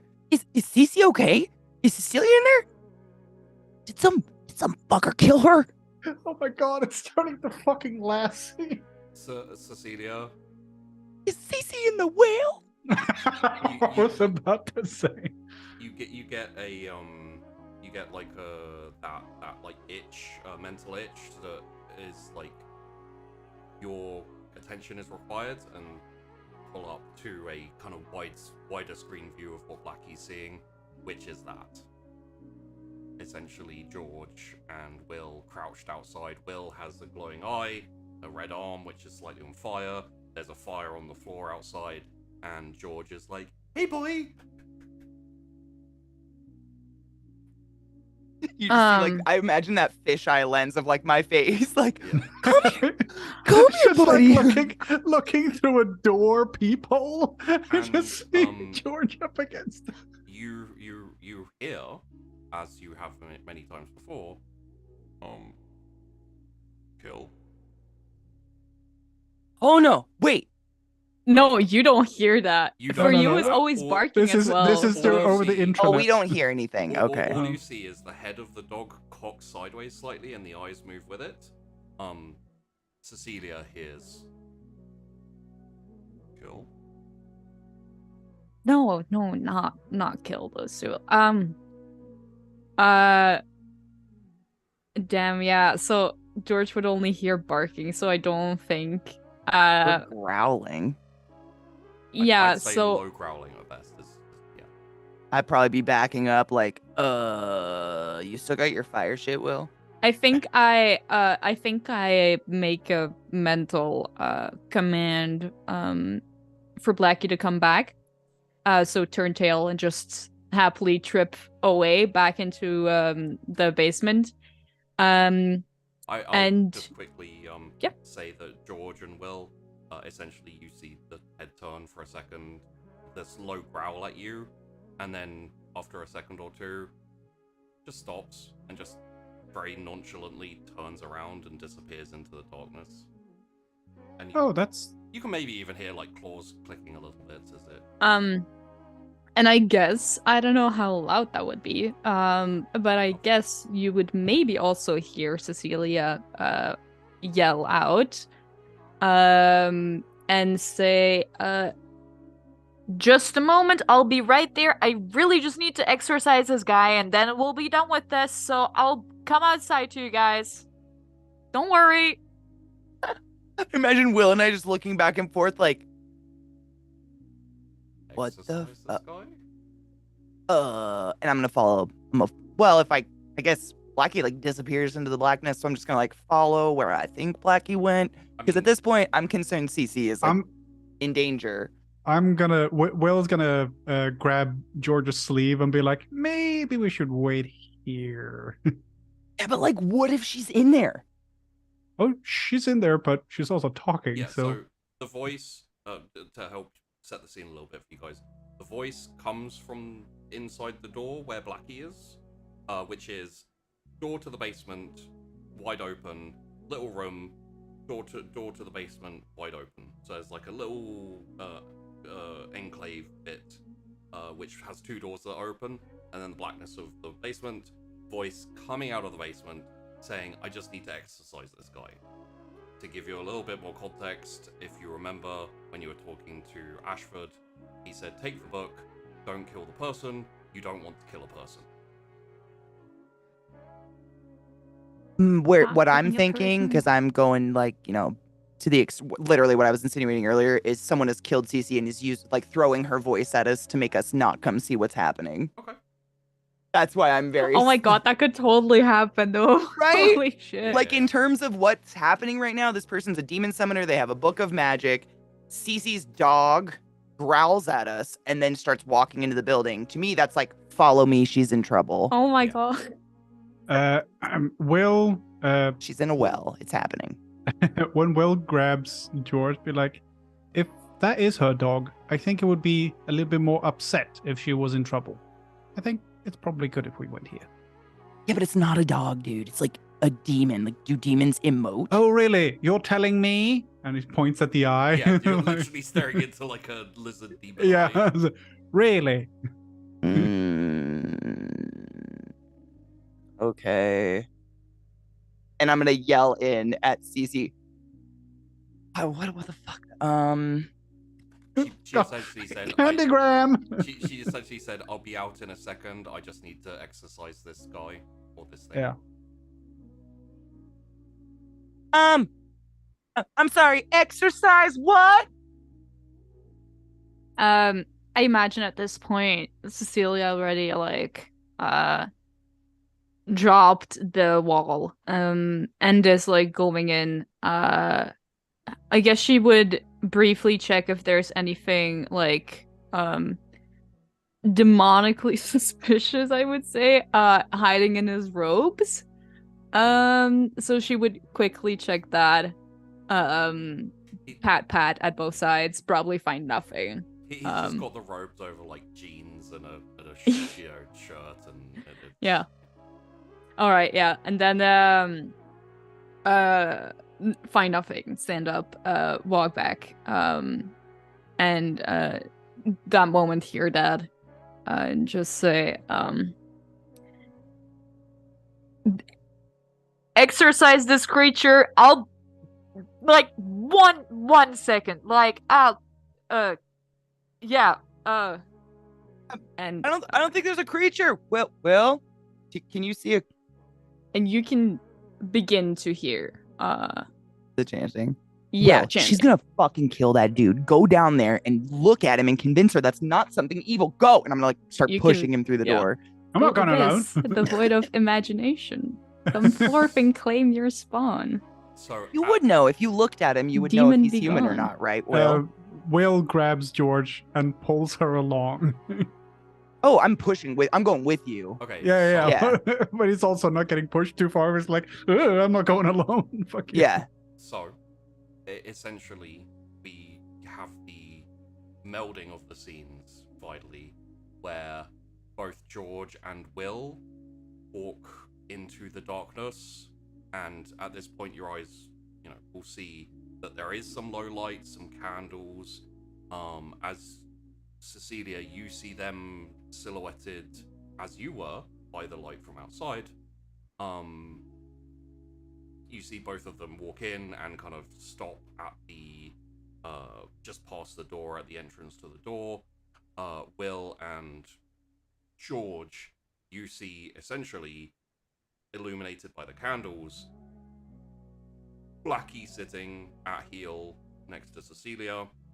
Cecilia probably standing over an unconscious body that has its head, not head ripped off, sorry, has the hood taken off, and is kind of like unconscious there, helpless, and she has just started to chant.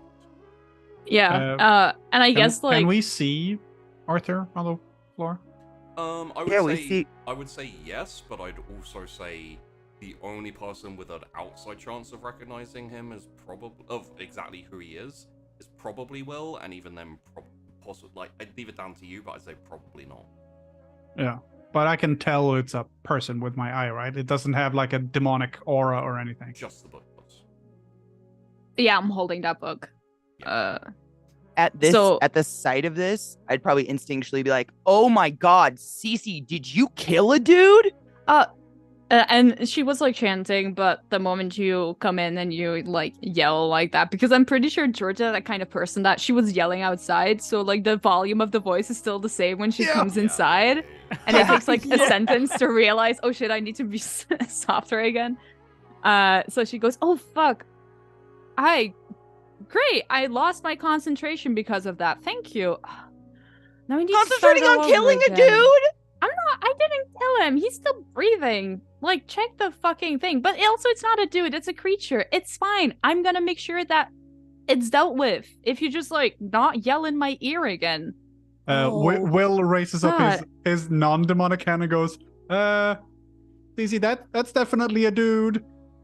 No, you guys seriously trust couldn't me. have waited outside like a second or something? Trust me, Honestly, would that's have a been done with dude. this. I'm I thought really you good were at seeing dead. things. I'm I didn't think you were the deader. No. Did you Why dead that would dude? you think that? You're standing over an unconscious boy. Yeah. What are you doing? This is not a. Look, this is not a boy, George. This is like How do you a know? creature who's summoning But how do demons you to know? kill But how do you know? teenagers. Because how do I you was know? walking with someone when they were attacked. Because I know By that exact dude you're standing over, who's The apparently demon super he powerful, and yet you summoned? could punch him and put him out? the You think a super creature powerful isn't demon all summoner would just go out? Look, George, I don't know what you're on about, but the creature isn't all powerful. It's this weird book that they had, but it still doesn't make them human. It's fine. I'm gonna deal with this. It's like clearly evil. Cece, I know you're dealing with, being different right now, but hurting other things that may be kind of different doesn't make anything normal again. You didn't look, okay, so quick newsflash. Those supernatural things can act like they're human.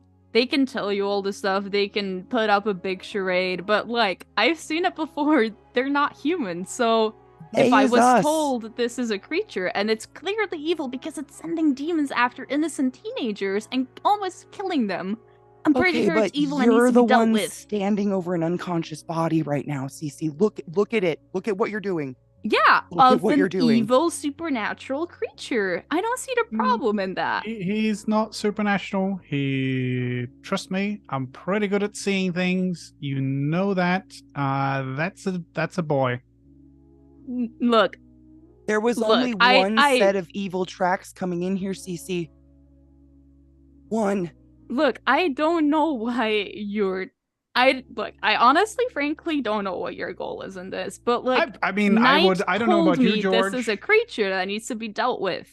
I don't know about you, George, but I would prefer Cece didn't kill someone. That's my goal right Yeah, now. I'm yeah. not killing anyone. Yes, you are though. This is murder. This is murder. No, look. Knight said that this was an evil creature that needed he to was be wrong. exorcised to save He the was town. wrong. He was wrong. I No. can tell the book is evil, not the person. Because the book has an aura, right, GP? The book has a yeah. No, the book's the evil thing. Trust me. Smoky, dark purple. Yeah. Look, All Knight of it. is like very experienced in all of this. He has Yeah, been but he's not doing this and infallible. saving the time. He has been saving What the did town he for so do to long. you? He didn't. George, he didn't do anything to me. He has been helping me. He has been learning, teaching me. I can get rid of this evil and I can help people and I can maybe actually embrace this, like, whatever the supernatural thing is. He hasn't done anything but help me. I mean, don't you mind you chose getting rid of the Ashford. evil. I don't mind you getting rid of the evil. Just so you know, you're holding it in your hand. That's the evil bit. If you could see the aura I'm seeing, you would not doubt my word that that's the evil thing. Look, if, in all honesty, if the book was the only problem, Knight would have told me. And he would Well, have maybe been he didn't clear know. about Have- that. Yeah, of course. He has, like, always been helping me. And What if he doesn't know that the book is the evil thing? What if he's the evil thing who just wants more evil things? well, okay, well, you're And he's using getting a a young, bit ahead of manipulative... yourself there. Cece, Like- I'm not the Sheepy? one standing over an unconscious human right now. Yeah. Sheepy, is the book she's holding, is that the one that was missing from the library? You Good never question. saw that book, I don't believe, so it's hard for you to tell. I thought that was the one Harriet was reading that I... No. The one Harriet was reading was the spells, witchcraft, curses. Oh, okay. Oh, which okay. is missing. Okay. Is this one the library. big bubble book of whatever? What was it? The big The big bumper book of bumper, baddie not Yeah. bubble. something. Yeah, this is essentially demons. There's How to summon them. Cece's in the big bubble. The big book of Demon dump summoning for truck dummies. asses. Demon summoning for Cece's dummies. ass just growing behind her in the Yes. scene while we're fighting. So I Sorry, go don't on. believe you ever saw the demon one. No, that's true. I went to look for it and but- it wasn't there. The remnants that you saw of on the shelf seems Yeah. very similar. What was the name of that book that Ashford told me to have a look at? It was like I never gave it a proper name because we kept changing it, but it's Demonology, something. Demonology 101 or something like that. Yeah. Yeah. And So it's I- the same like Demonology for Yeah. dummies. Yeah. So I ask Cece, like, is that demonology? Yeah, I guess it is. It's That belongs in the school library. Anyone could have checked it out. Trust me when I tell you that book is very bad, and it exerts an influence on people who read it. Kind of like how I got this thing. Don't hurt the boy. The book's the baddie. I don't Why would Knight ask you to Care, read like, from an you evil can- book? I'm gonna say you hear again, which you've been hearing every now and then. Read me. Oh, shut up, William. I'm not gonna read you. I'm not that stupid. Oh my Anyway, gosh, talking to the book. yeah, it keeps saying read me, so obviously it's bad, but I'm pretty sure that if I exercise this whole deal, it'll also be fine, and if it's not, you can Then have it. Like, exercise the there was book, nothing- not the person. but it's one thing. No, it's two different things. That kid goes to school with us. I'm pretty sure I've seen him. That thing has a face on it to make it more compassionate and I have a face sell a too. charade. That thing is a person. I'm That going to book flop, Is bad. like, try my best to flop on top of the kid. I've got a face. you're, Exercise us like- both. Yeah, we're behind the Oh. barrier though, right? What there's? I thought okay, she put it so down. There's no barrier. Oh, What okay. I will say is I put you guys at the front of the door. She like Cecilia like ran in and jumped on him and smacked his head. Like, so she's on the other side of the basement. If you, I'm assuming during this we'd be moving towards her because screaming across the basement seems I- ridiculous. I Yeah. imagine you moved a bit closer. If you want to be creeping close enough to be able to do something like that, I imagine Cecilia would have something to say about it. Yeah, no, I definitely want to inch closer. I mean, it's just a reckless I- leap. I guess the moment that would happen, I guess like Sissy also didn't expect it. So there's like this instinctual reaction where probably Blackie as well. I was gonna say, Yeah. if you like are inching closer, Blackie will start growling. If you keep inching closer, Blackie moves as you're talking. Blackie moves around to the body of the boy, and his jaws go over the neck. Oh, Oh. but I would imagine that George would stop if the dog all of a sudden That's- gets in front of her and growls. Though I would imagine that stops her slightly. Yeah, Will would stop. Growl Yeah. back. So I imagine in that moment of like that reaction, but also Cece just not expecting it, going like, oh, okay, hey, that Blackie, don't do that. Hey, I chill out. As Did I your dog said, just try to kill the kid? No, I would imagine that this happens before the dog actually goes like. Oh, no neck. Okay. So it's just a moment where you start to leap forward and the dog like gets in front of you, starts growling. Just that moment. Yeah. Hey, okay, it's all gonna be fine. As I said, Knight just sent me on this mission to exorcise this creature. He wouldn't do that without good reason. What if Listen you're to Rodney- wrong? yourself right now. Rodney Listen. is in the hospital because of this thing. What Kitty if you're died. wrong? Sent us because the eggs are in trouble. Listen to yourself. You don't What know if this, you're dude. wrong, Cece? What if you are wrong and Knight is wrong? And you kill someone. Then you kill someone. Knight would never be wrong. Oh yeah, he's infallible. What if he's wrong? Pretty damn close to it. Yes. I don't know What if you have any if- experience with him. He's wrong. Did he like magic your head? I thought you were smarter than this. I don't see what you guys have against him. He's a damn better teacher than Ashford is. That's actually fair, but that has nothing to do with sent his A friend omnipotence. of ours to kill someone. That's my thing against him at the current moment.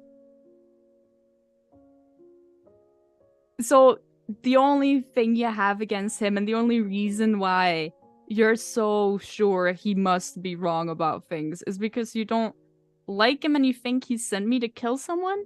Like, let me assure you that I don't know the guy to not like him, didn't. but you just told me he sent you here and you're straddling an unconscious boy. I'm just putting the puzzle pieces together, Cece. Please don't kill this person. Yes, and I know I'm doing the good thing. I know I'm doing the right thing, so I'm pretty sure I'm not gonna kill this boy, if that's what you're worried about. You're pretty sure you're not going to kill this boy? Because I'm sure. that What if you Again, do? Knight wouldn't send me here if just to kill an innocent teenager. That's Okay, not what but we if do. you kill the teenager, Knight doesn't go to prison, you do. yeah. The parents know you killed their son, not Knight. Again, I'm not You're gonna like a kill pair of scissors anyone's right now. son. How do you know that this is possessed? He's got the eye. You don't have an eye. Knight wouldn't send me on a mission on false information. Night. That's why. Night. Night. Hey, I don't blame, I don't judge you guys for working with Ashford. What did he do to you? How did he break you you? guys for working with Ashford. I'm gonna step towards her again. We don't have a choice with Ashford. You have Yeah, a choice. I had and a choice. Knight is not infallible. No one is. Maybe he thought the boy was possessed and he gave you the best information he had.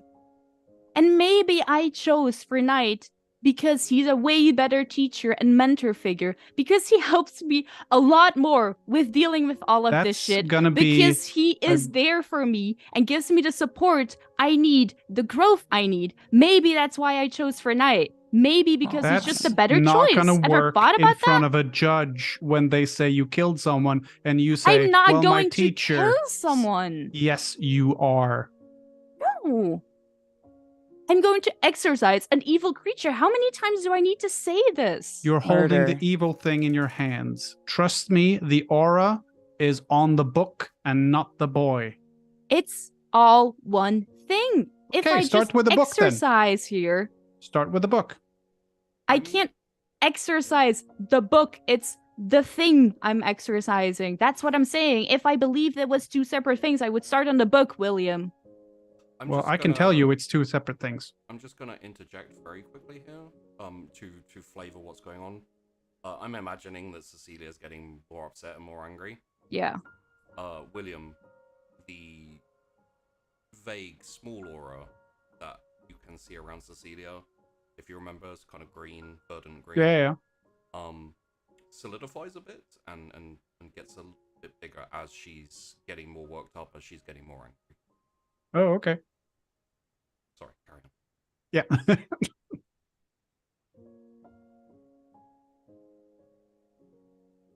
Yeah, I forgot the point where we wait, so I was yelling though, but The current back and I'm forth. moving towards you oh yeah, you I took mean, a if step you- closer continuously. and I like- was defending my choice of Knight. Yeah, I'm gonna keep moving until something stops me. Like physically stops me. I'm going to keep moving towards that boy right now. Do I know if I can just to know if this would be a problem for me, Sheepy? Yeah. Would I know if it would be any problem for like George to just lay on top of this creature when I exercise this creature specifically? So Like, is it an aerial That's thing, not or my is it goal like would anymore. it just be fine? That's not my goal anymore to lay on top of the body. Okay. Oh, okay.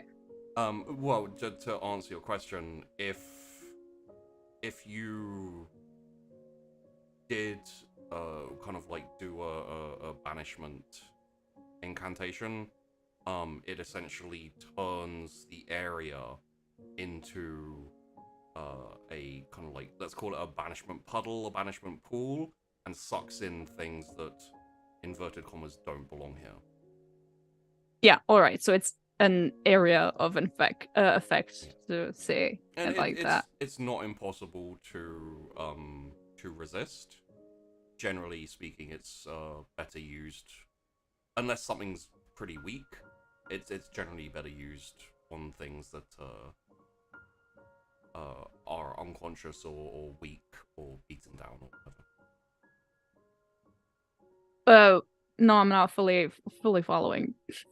Uh, You gave like a bigger explanation. I was like, is it aerial or not? But it's like basically anything that doesn't belong Yeah. in. in the area that you summon this banishment will So banish it. I summon, like, for example, a circle then. You sure? Yeah, it's essentially like you summon a tar pit that sucks everything in. All right. So yeah, a circle, or you can't really go like this person. It's more kind of like this area. Like Yeah. All right. Good. So it would hypothetically be a problem if George were to go and lie on top of this dude if she was planning that. She's not planning that anymore. But all right. Cool. Can I No, get a because your dog's refresher? down there, and I don't want to put my face near its face. Can I get a refresher yeah. So on Knight trying to kill us? I don't remember what happened. oh It yeah, was in the lunchroom. Yeah. It Like, he hit us both with episode the 4. blue fire shit. Oh yeah. Okay. And sorry. I think George was the only one actually feeling the effect of that. Like, Well, I was the only one that wasn't knocked out, yeah. and then I had to fight the imp. What was it called? Galungal. A Menangangal. Menangangal. That one, yeah. Menangangal. What's wrong with Yetis? Something we can pronounce, sheepy. Hey man. Sasquatch even. Yeah.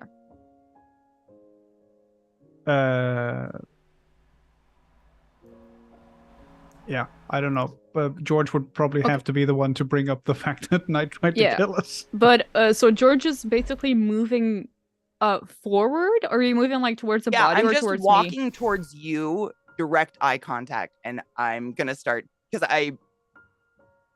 at this point I'm grasping at straws, but because you just seem so brainwashed, like it doesn't Okay. matter. It's like not to shame anyone. It reminds me of religion. No shame. I love you all. It reminds me of like a religious like faith. Like he Yeah. could literally slit a cat's throat, and you'd be like, "It was a demon, though." So I'm just walking Yeah. towards you, and I'm gonna start saying, like, you realize he tried to kill Will and I.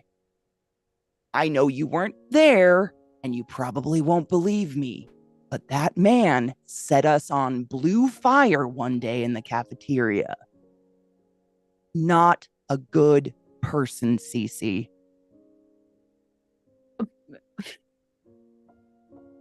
I don't know what you're on about, but he wouldn't do such a thing. Or like maybe it was like coincidental. Like you're still here, right? Like surely he didn't mean I'm only to hurt you guys or anything. Like he's not.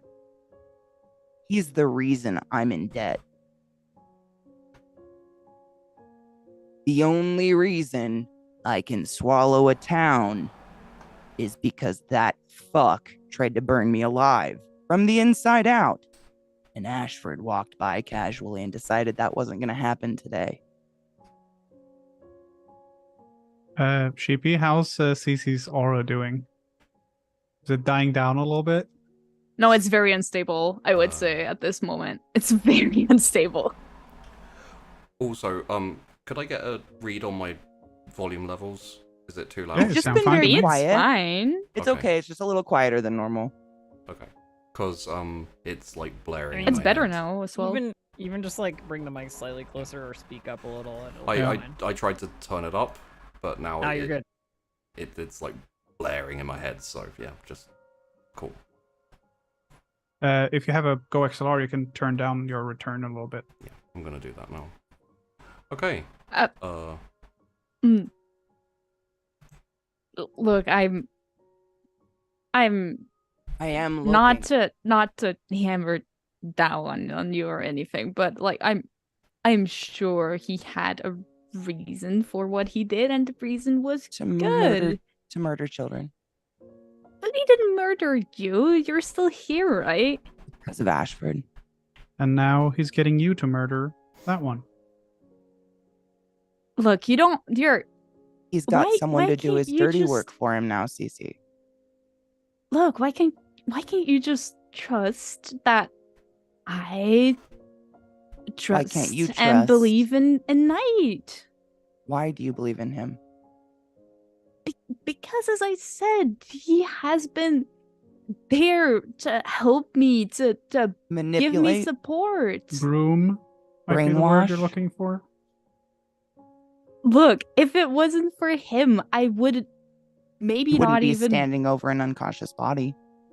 Yeah, and I would maybe have not been able to deal with all of the supernatural stuff and maybe not even been here anymore. You realize he just gave you more supernatural stuff, right? With the incantations, it's different. He It made doesn't take you me over. Weirder. He made you more different. He's turning you into a tool.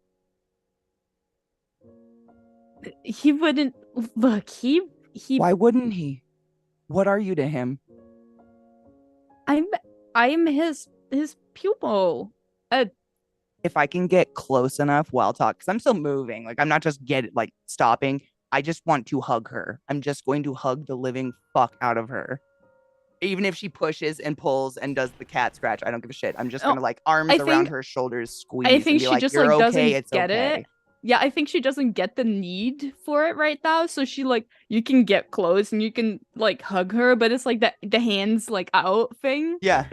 Where it's It's just a one-person hug. Yeah, As long as I'm not dying, I'm just gonna keep going. it's a one-person hug. And also, Cecilia, I Yeah. feel like you may not be on board with what they're saying, but they're crowbarring a little doubt here, a little, is it effective to a degree?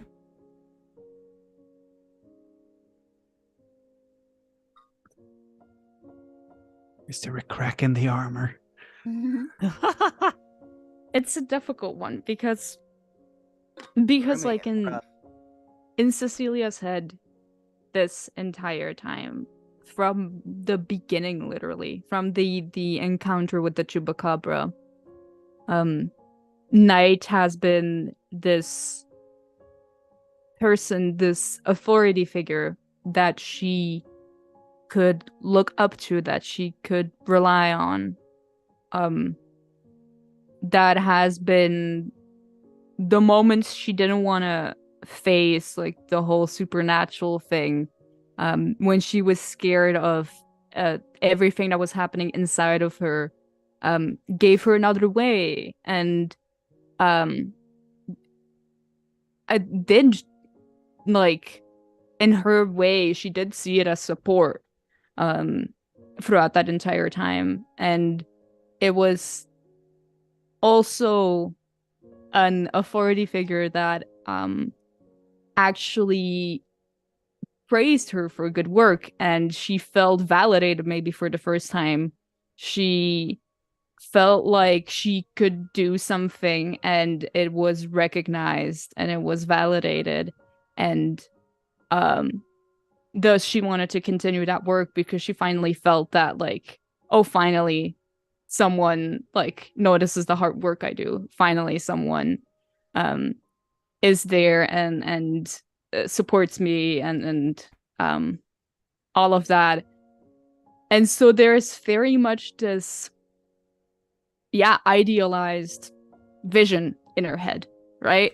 And There's very much this vision of Knight where it's this is a person who, with the incantations, is trying to do good, is trying to rid this town of these supernatural creatures who are causing it harm, and this is the way to do it with the incantations. And if a little supernatural oomph is needed to help that, that's fine, you can embrace that, but we're doing the right thing. And I think like Cecilia would have probably heard that a lot in the past of we're doing the right thing. This is the right thing to do. Which is something appealing for Cecilia because it is either black or white, good or evil. There's no gray.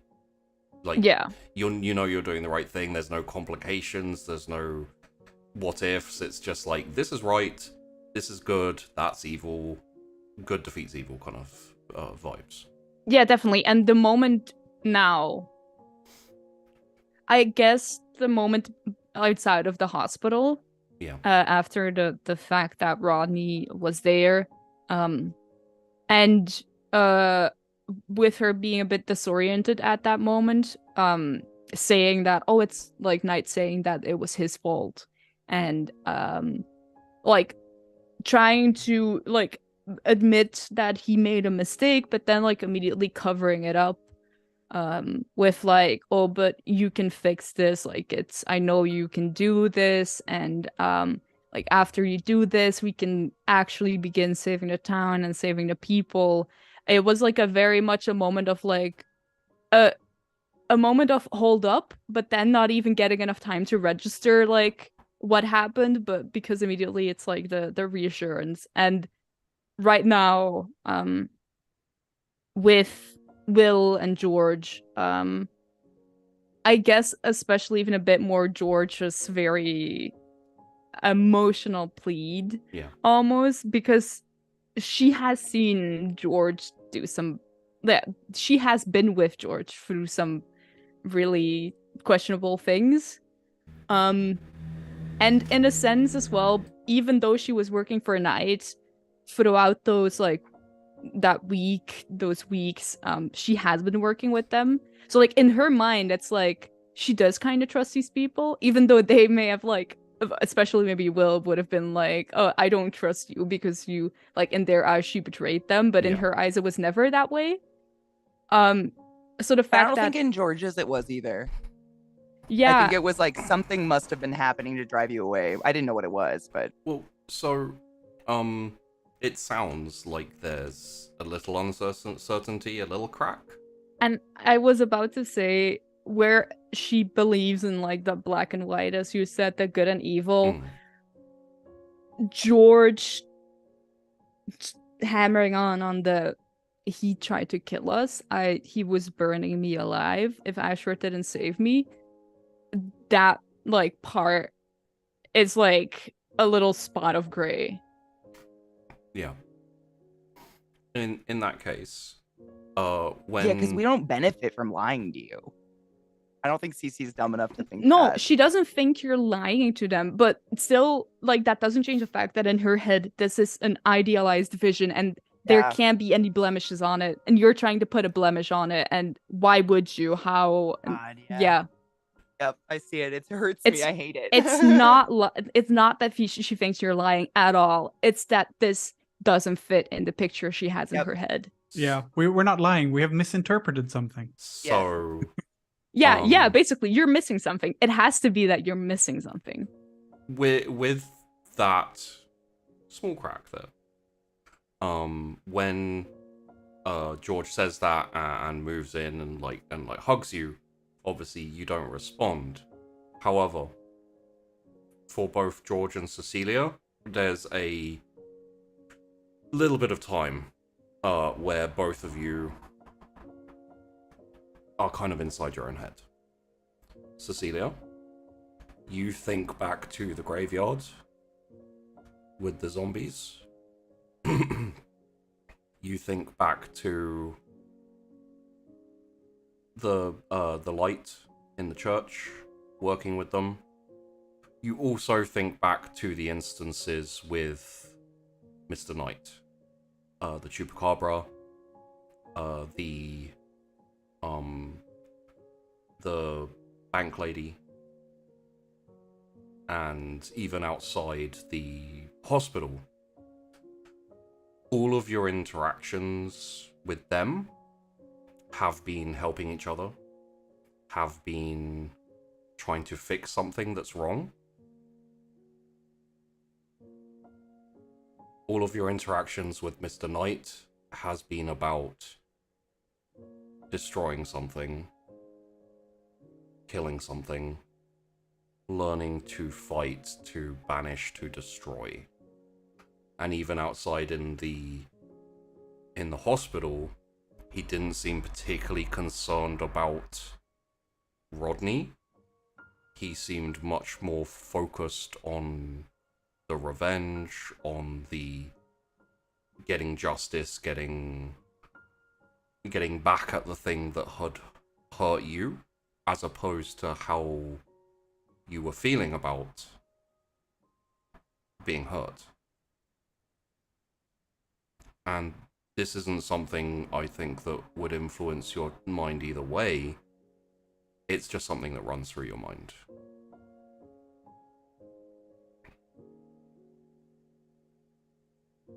George, when I say that you're in your own head, I mean literally. Oh shit. As you find Oh yourself shit! in the void. That was not my intention. Oops. And for reference, this is a couple of seconds for both of you. George, standing in front of you is a quite petite girl around about your age, probably, in a sundress, standing there with like ripples coming out of from her feet, from below her feet. Hey.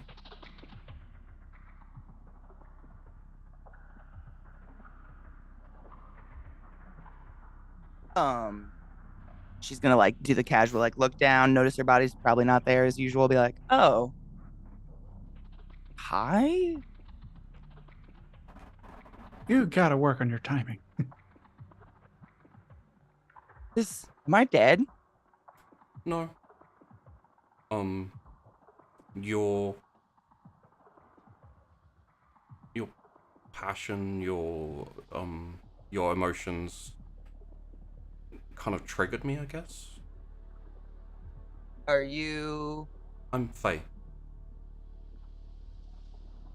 not Jeff? Jeff, was my successor. Oh my god, you're all in here? Like, Jeez. no, we're, echoes. Huh. We're a small part of consciousness left behind. Oh.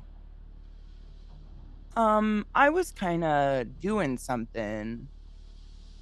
You know, like You were- casually saving a kid up there. So like if You were trying to save your friend, yeah. which is what triggered me, and why you're here. I mean, this is no dig on either of us, but we don't exactly save. So I don't know why this would do I need I mean again, do I need you right now? Not yet. You're not gonna come out and CC, right? Because that's not the goal here.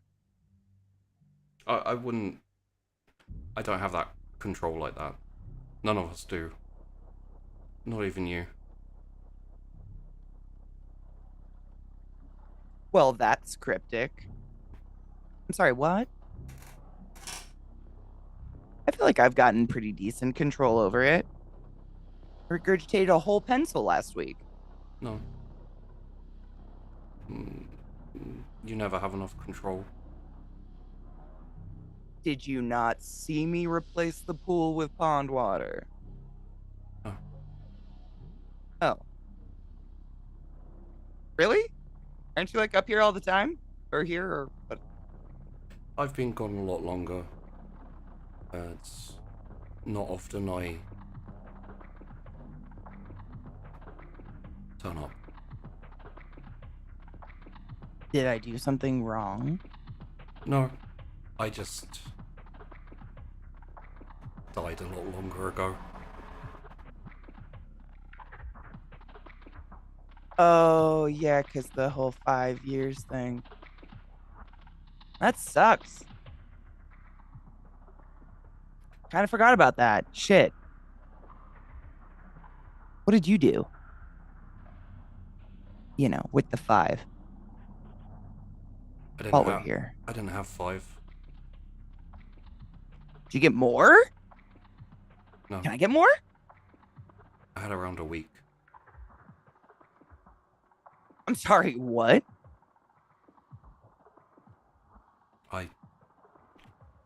I couldn't control it, and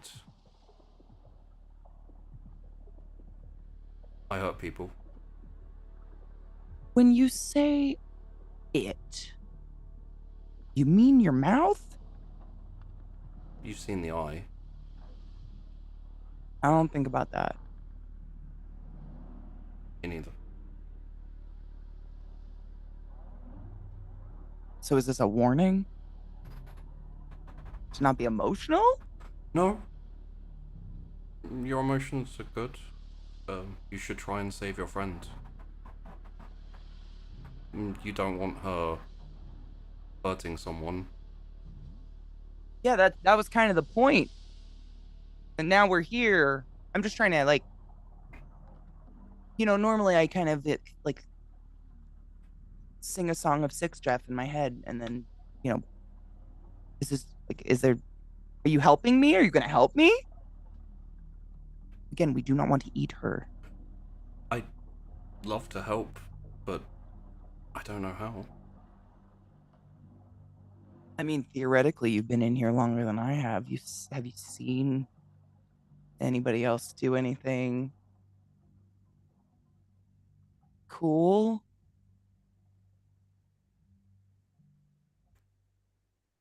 What do you mean? I don't know, something that might save my friend. She's about to like kill a guy, I think, or try. I don't know. You've been trying to argue with her? You can't help her that way. So she is brainwashed.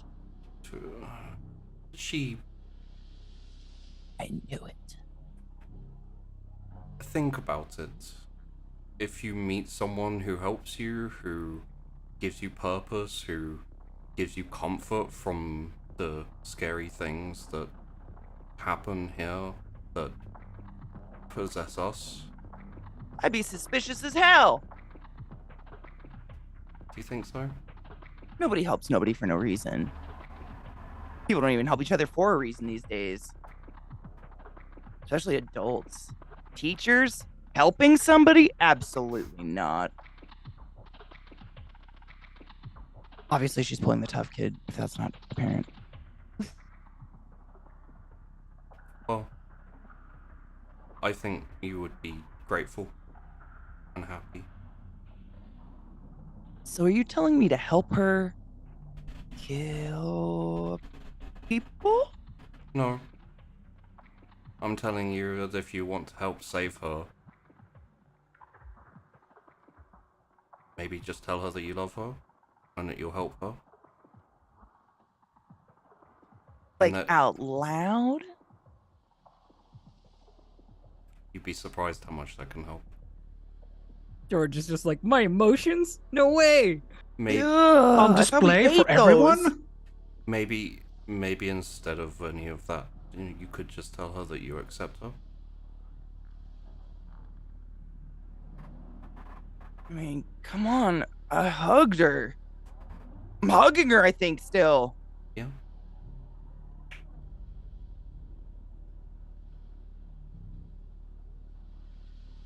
Okay. Fine. We'll be nice. Good luck, George. Thanks. Good to meet you. Say See hey. you- Say hey to Ruben for me. To a as what? You fade out and come back to yourself. It's been maybe a second or two. Still clutching around. And her arm is still like. I probably like. Final would be like a Reuben, a what, a sandwich, and then realize where I am and give one tight squeeze, and like not intimately, creepily whisper, but say gently over her shoulder into her ear, "We believe in you, just the way you are," and just like mom hug that bitch. Mom hug. Sorry. Just for context, it's not both hands open because she's still holding the book in Yeah. one. Oh yeah. Okay. Yeah, so it's like It's in one one. hand open and one like the book, but like still holding out. I just like the image from George's back, and just the two arms poking out. Yeah. Yeah. And after that silent second,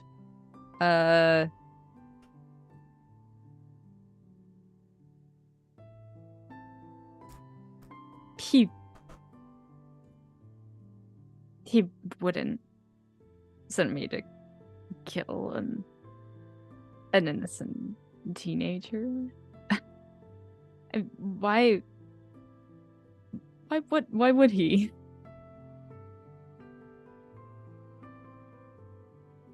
I He don't know. doesn't have a. I mean, he doesn't have a reason for it, right? He wouldn't.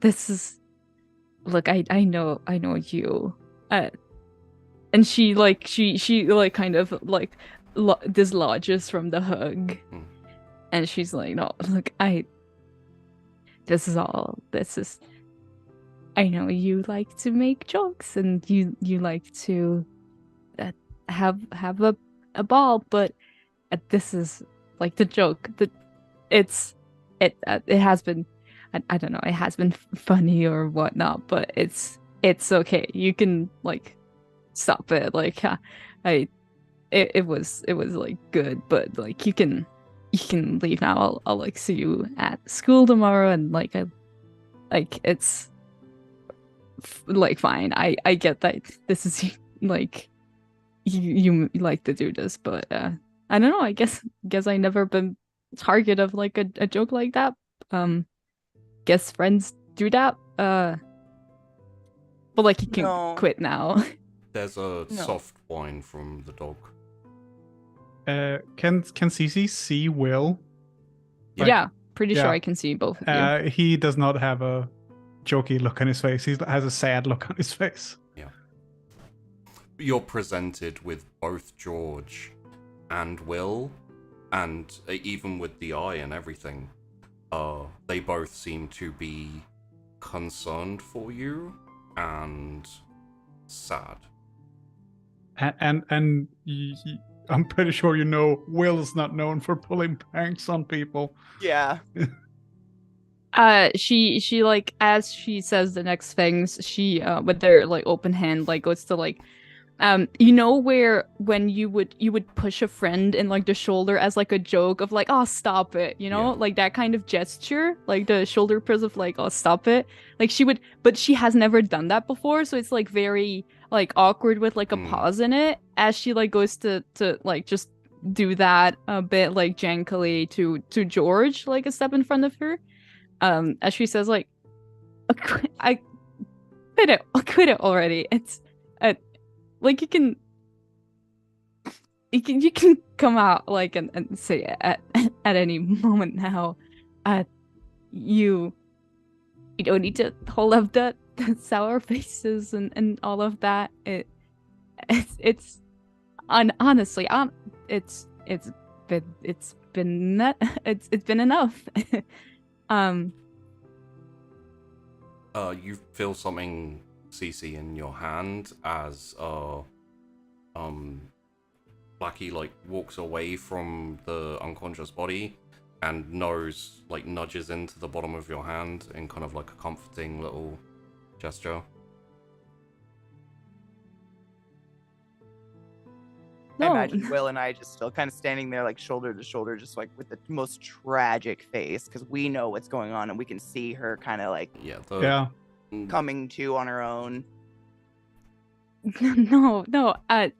She like holds holds up her hand like to not get like the comforting sniff, and like as she does that, she like her head like slightly turns to the right and like lands on the kid there, and she's like,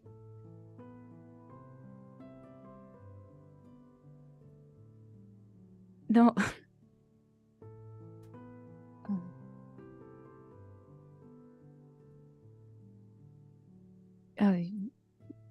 You're you're not joking.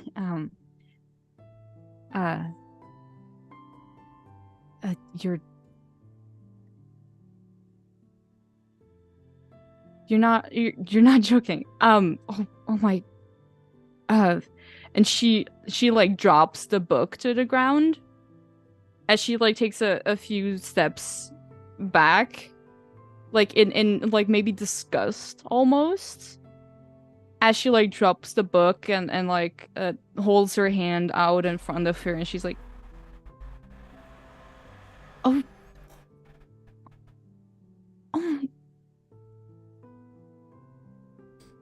he If you'll allow, no and she as you're doing this, you like looking around, you focus for a half second on the unconscious boy, and there's like a little trickle of blood kind of on the side of his on the like side of his neck, etc. It's nothing that you didn't see before, but I imagine you see it in a slightly different lens now. Sees it now. In that case, she I was going to do something else, but then briefly she will take like 2 steps forward and reach out like her right hand, like crouch down, reach out her right hand, hesitate like at the sight of the blood and like the her hand reaching forward, but then again it's in her head, it's the blood that like stopped her, and then she like reaches to feel where she punched in the jaw, where she felt the crack, and probably feel that she maybe actually fractured some bone there. Feel that's like it just feels like you're touching someone's face who has a cracked jaw, literally. And she like feels that, and like she's almost shaking at this point. She like takes a step back and she just like,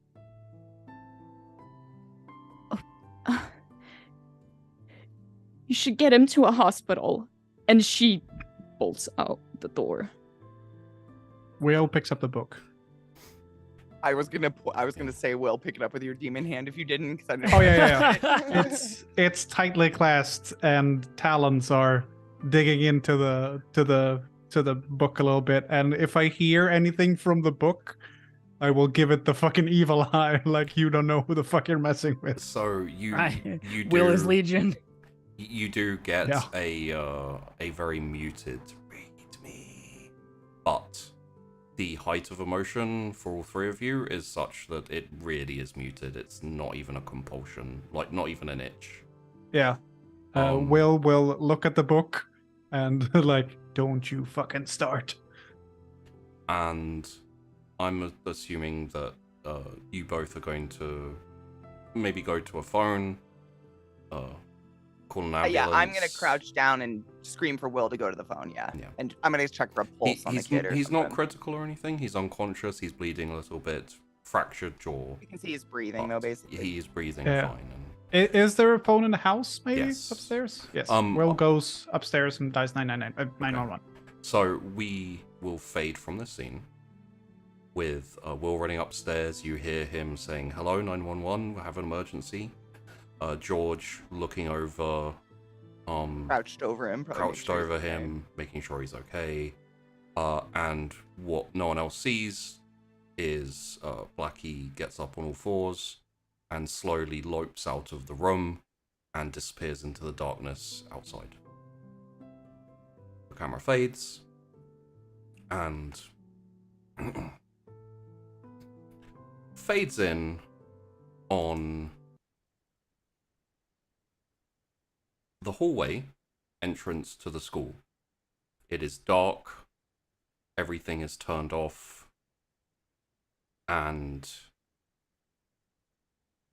as the camera sits there for a second, we hear the click of shoes on the floor as a dark figure starts to lope slowly down the hallway, and when he gets to the end of the hallway, he takes a left, and as he gets further down the end of the hallway, he pauses and puts his hand on the door that says pool. And we will end there for today. Hey, a blood bath is still technically a bath, right? Um, Oh wow, it's those got- kids it's sure gotta had be a party. fucking- It's gotta be fucking messy in there. I very much wanted to continue, but I felt like that last beat was. I'm ready. If you wanna, Dude. I'm It's- I'm hyped. I'm Honestly, ready to Sheeps, go. I was gonna compliment you on your cliffhangers. Like, you plan Yeah. this shit beforehand. Like, how can I break their hearts today? Well- because they're always like a stab in my gut. Like we've got a bit more Tory, which I'm very much looking forward to, but it felt like I didn't want to follow up on that scene with Cecilia in the group. I'm like, Yeah. we're close to the end anyway. I'm like, we can do that next week. No, it's good. It's good. It's fine. I want a real talk hug Cece so bad. Yeah, poor baby. I would applaud all of you guys. You guys did amazing today. I feel Like- like I feel like everybody else got put through the emotional, like fucking, No, like, I chose that. roller. 100%. Oh, absolutely. But then I just got to be like awesome. You know what I mean? Like you got to unleash. I swear the scene just like because usually you can listen to these scenes and be like, oh yeah, haha, I'm listening to this and like I can kind of like, oh, this is like what a scene. But if you actually stop to visualize you in like your high school swim, like your high school Yeah. pool, this gigantic Hydra, like 10 heads, you desperately like life or death trying to escape while these heads stomp to the ground next to you every side. It's horrific. It's Absolutely terrifying. 100%. horrific. I imagine And- slipping and the smell of chlorine just like staining your eyes and your nose. Knowing this well, is no like the chlorine end of your anymore, but life. Yeah, I terrifying image. I also just want to say thank you, Elf, for allowing me to do the horror scene where you Oh, guys of course. like it was. It popped into my head. I was like, it'd be so cool to I do was like like, a. Sheepy's gonna do something cool, but it's not gonna kill me, and I'm gonna win. You Yeah. know what I mean? I knew for sure The- it would be fine. The second that George vomited the lake water into the pool, It you was over, essentially yeah. won. Yeah. Yeah. I love the idea that Happy those are the two accidents. criteria that you have to fulfill. Will I look cool? Yes. Will I win? Yes. Cool. Let's fucking do it. Whatever it is. Dude, though, the moment that, like, speaking of visual imagery, like, I totally, that's what I love about RP. I sit here and I'm picturing, like, my high school and, like, if there was a pool, you know, what it Yeah. would look like.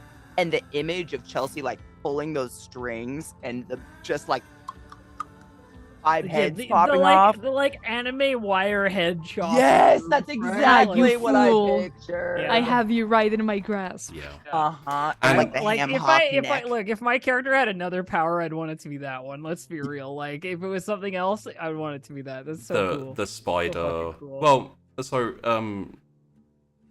Chelsea got a little bit lucky in a way because there's not much of a jump from the spider to the puppet master, which is what Yeah. the spider actually is. So she essentially lucked into something that evolves fairly quickly.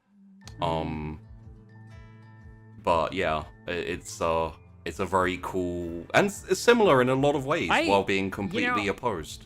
like as the person who wasn't involved in the last scene, Yeah. like the like running into each other and then the sort of intervention at the cusp of like a dangerous point sort of drama is so good.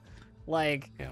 it's like it's real TV turning point stuff that I love, right? Like where it's like, don't do this, and you could see like something maybe gonna happen Yeah. one way or the other. Like the definitive move here is like not necessarily fully obvious, you know, and like the stakes are high, you know, it's great. I And love there was a moment there at the peak of the arguing where I was like, oh god, she's just gonna kill this boy.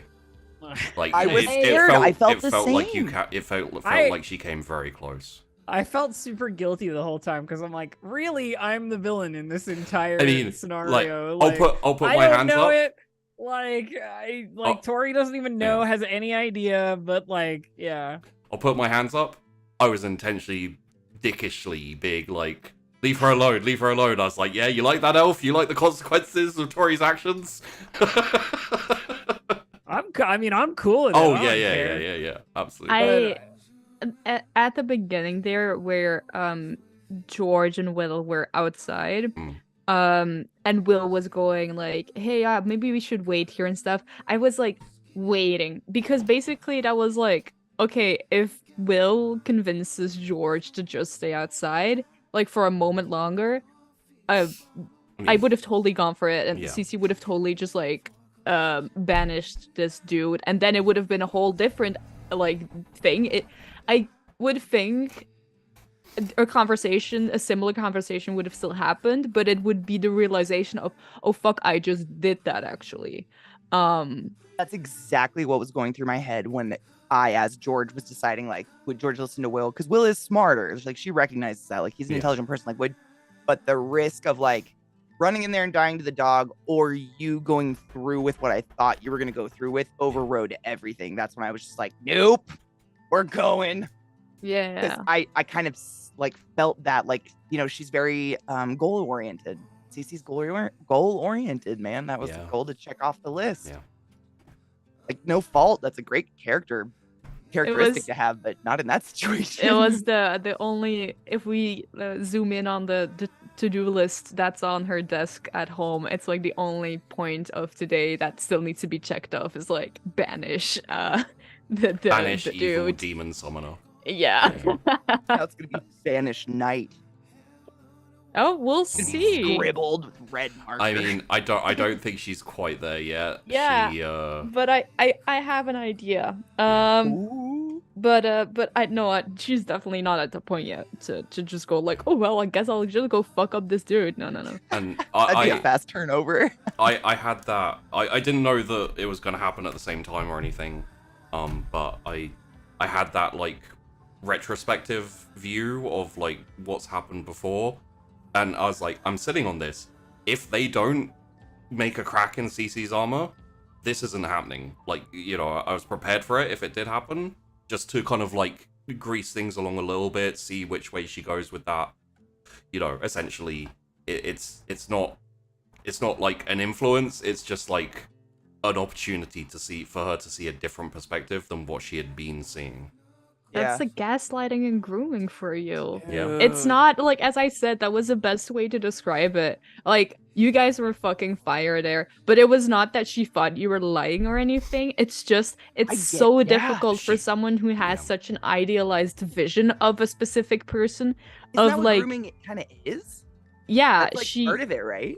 that you can't see the wrong in that Yeah. person. You just can't see it. You can't comprehend it. That is fucking. I think that's why that scene was so like passion between all three of us, because I think all three of us have probably in our lives seen someone or known someone who groomed or was groomed, Yeah. and it's real easy to come up with impromptu lines you want to say to that person.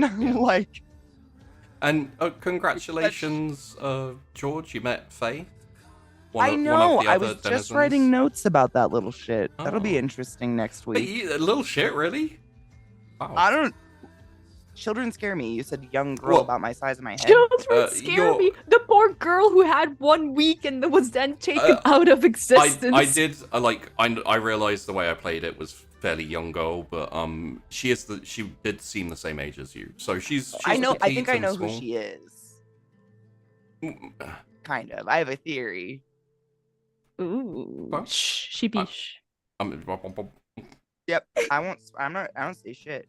But I have a theory. So We'll see. we've hit about that time where we can end. And you know, if anyone has any final. Also, George got to see Will's funny new hand. Hey, Funny new yeah. hand. If I'm gonna have to remember to put that fire out. Oh yeah, I forgot about that. Neighborhood I'm is still on fire. ablaze. so Imagine Cece dramatically running out and then being stuck by the door because Fucking it's hellfire. entirely inflamed. So here's the thing. It's just regular fire with a bit of lighter fluid, and it's like suburbia.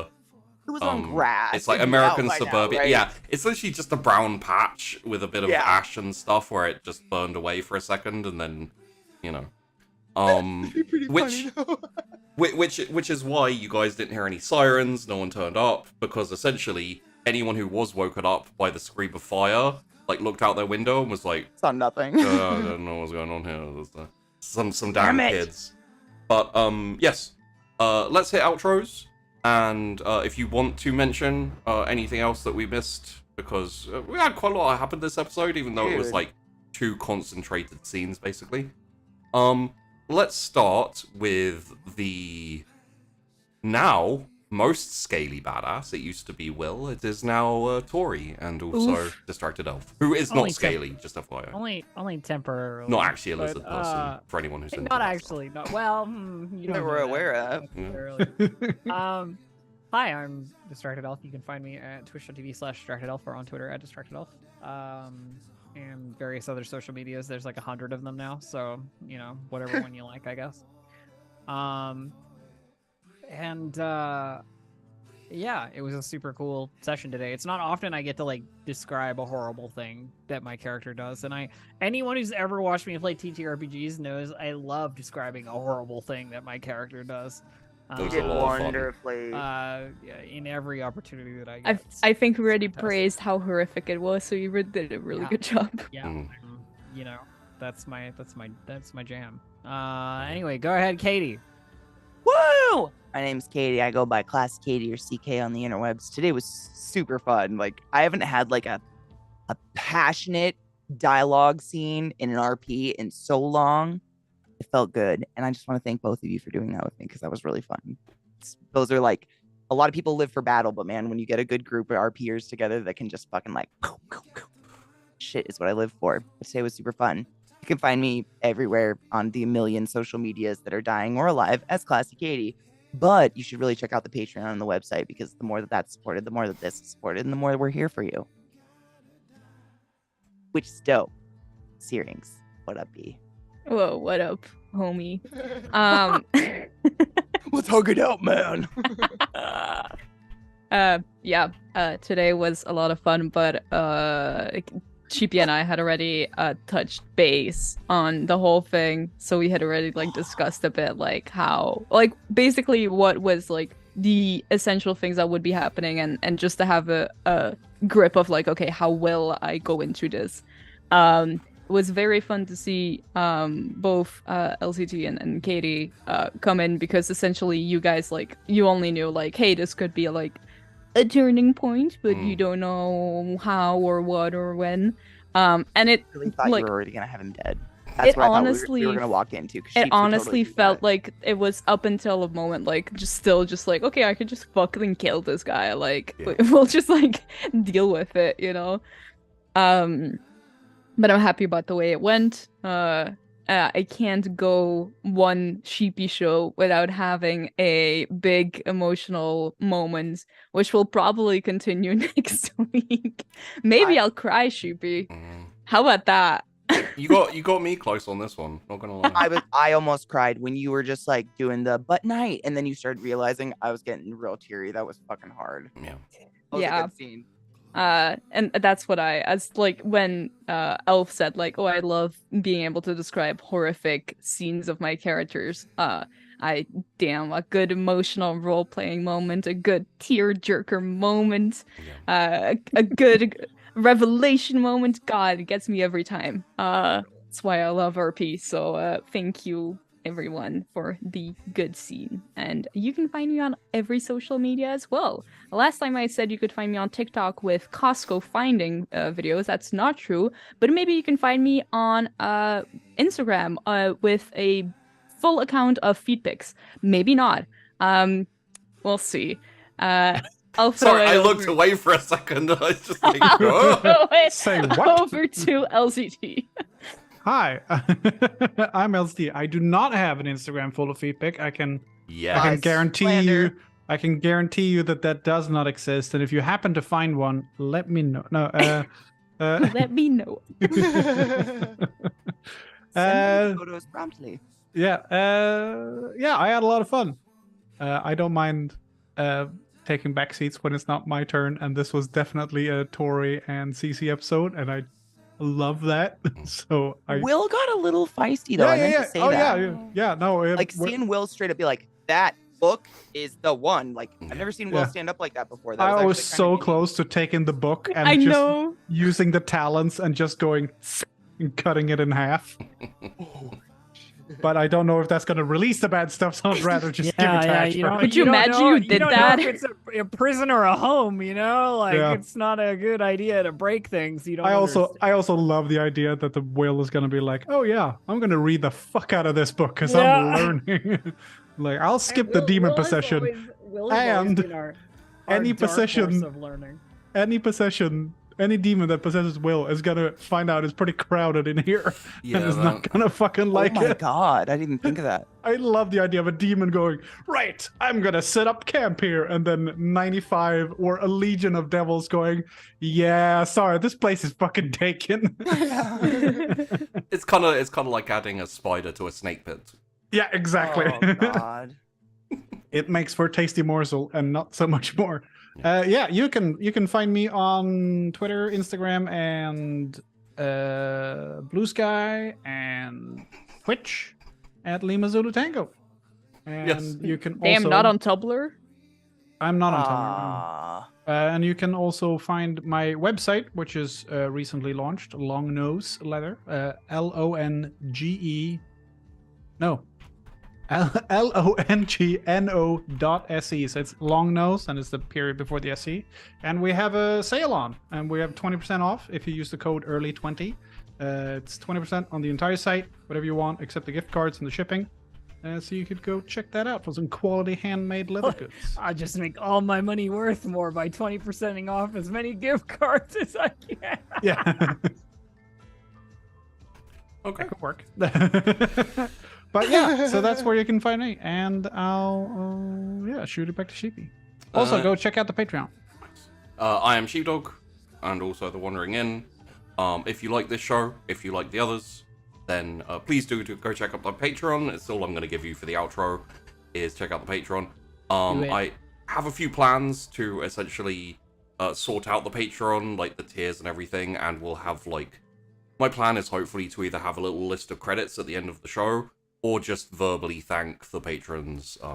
So, you know, we'll figure all that stuff out as we go. For now, I'm going to say thank you for watching.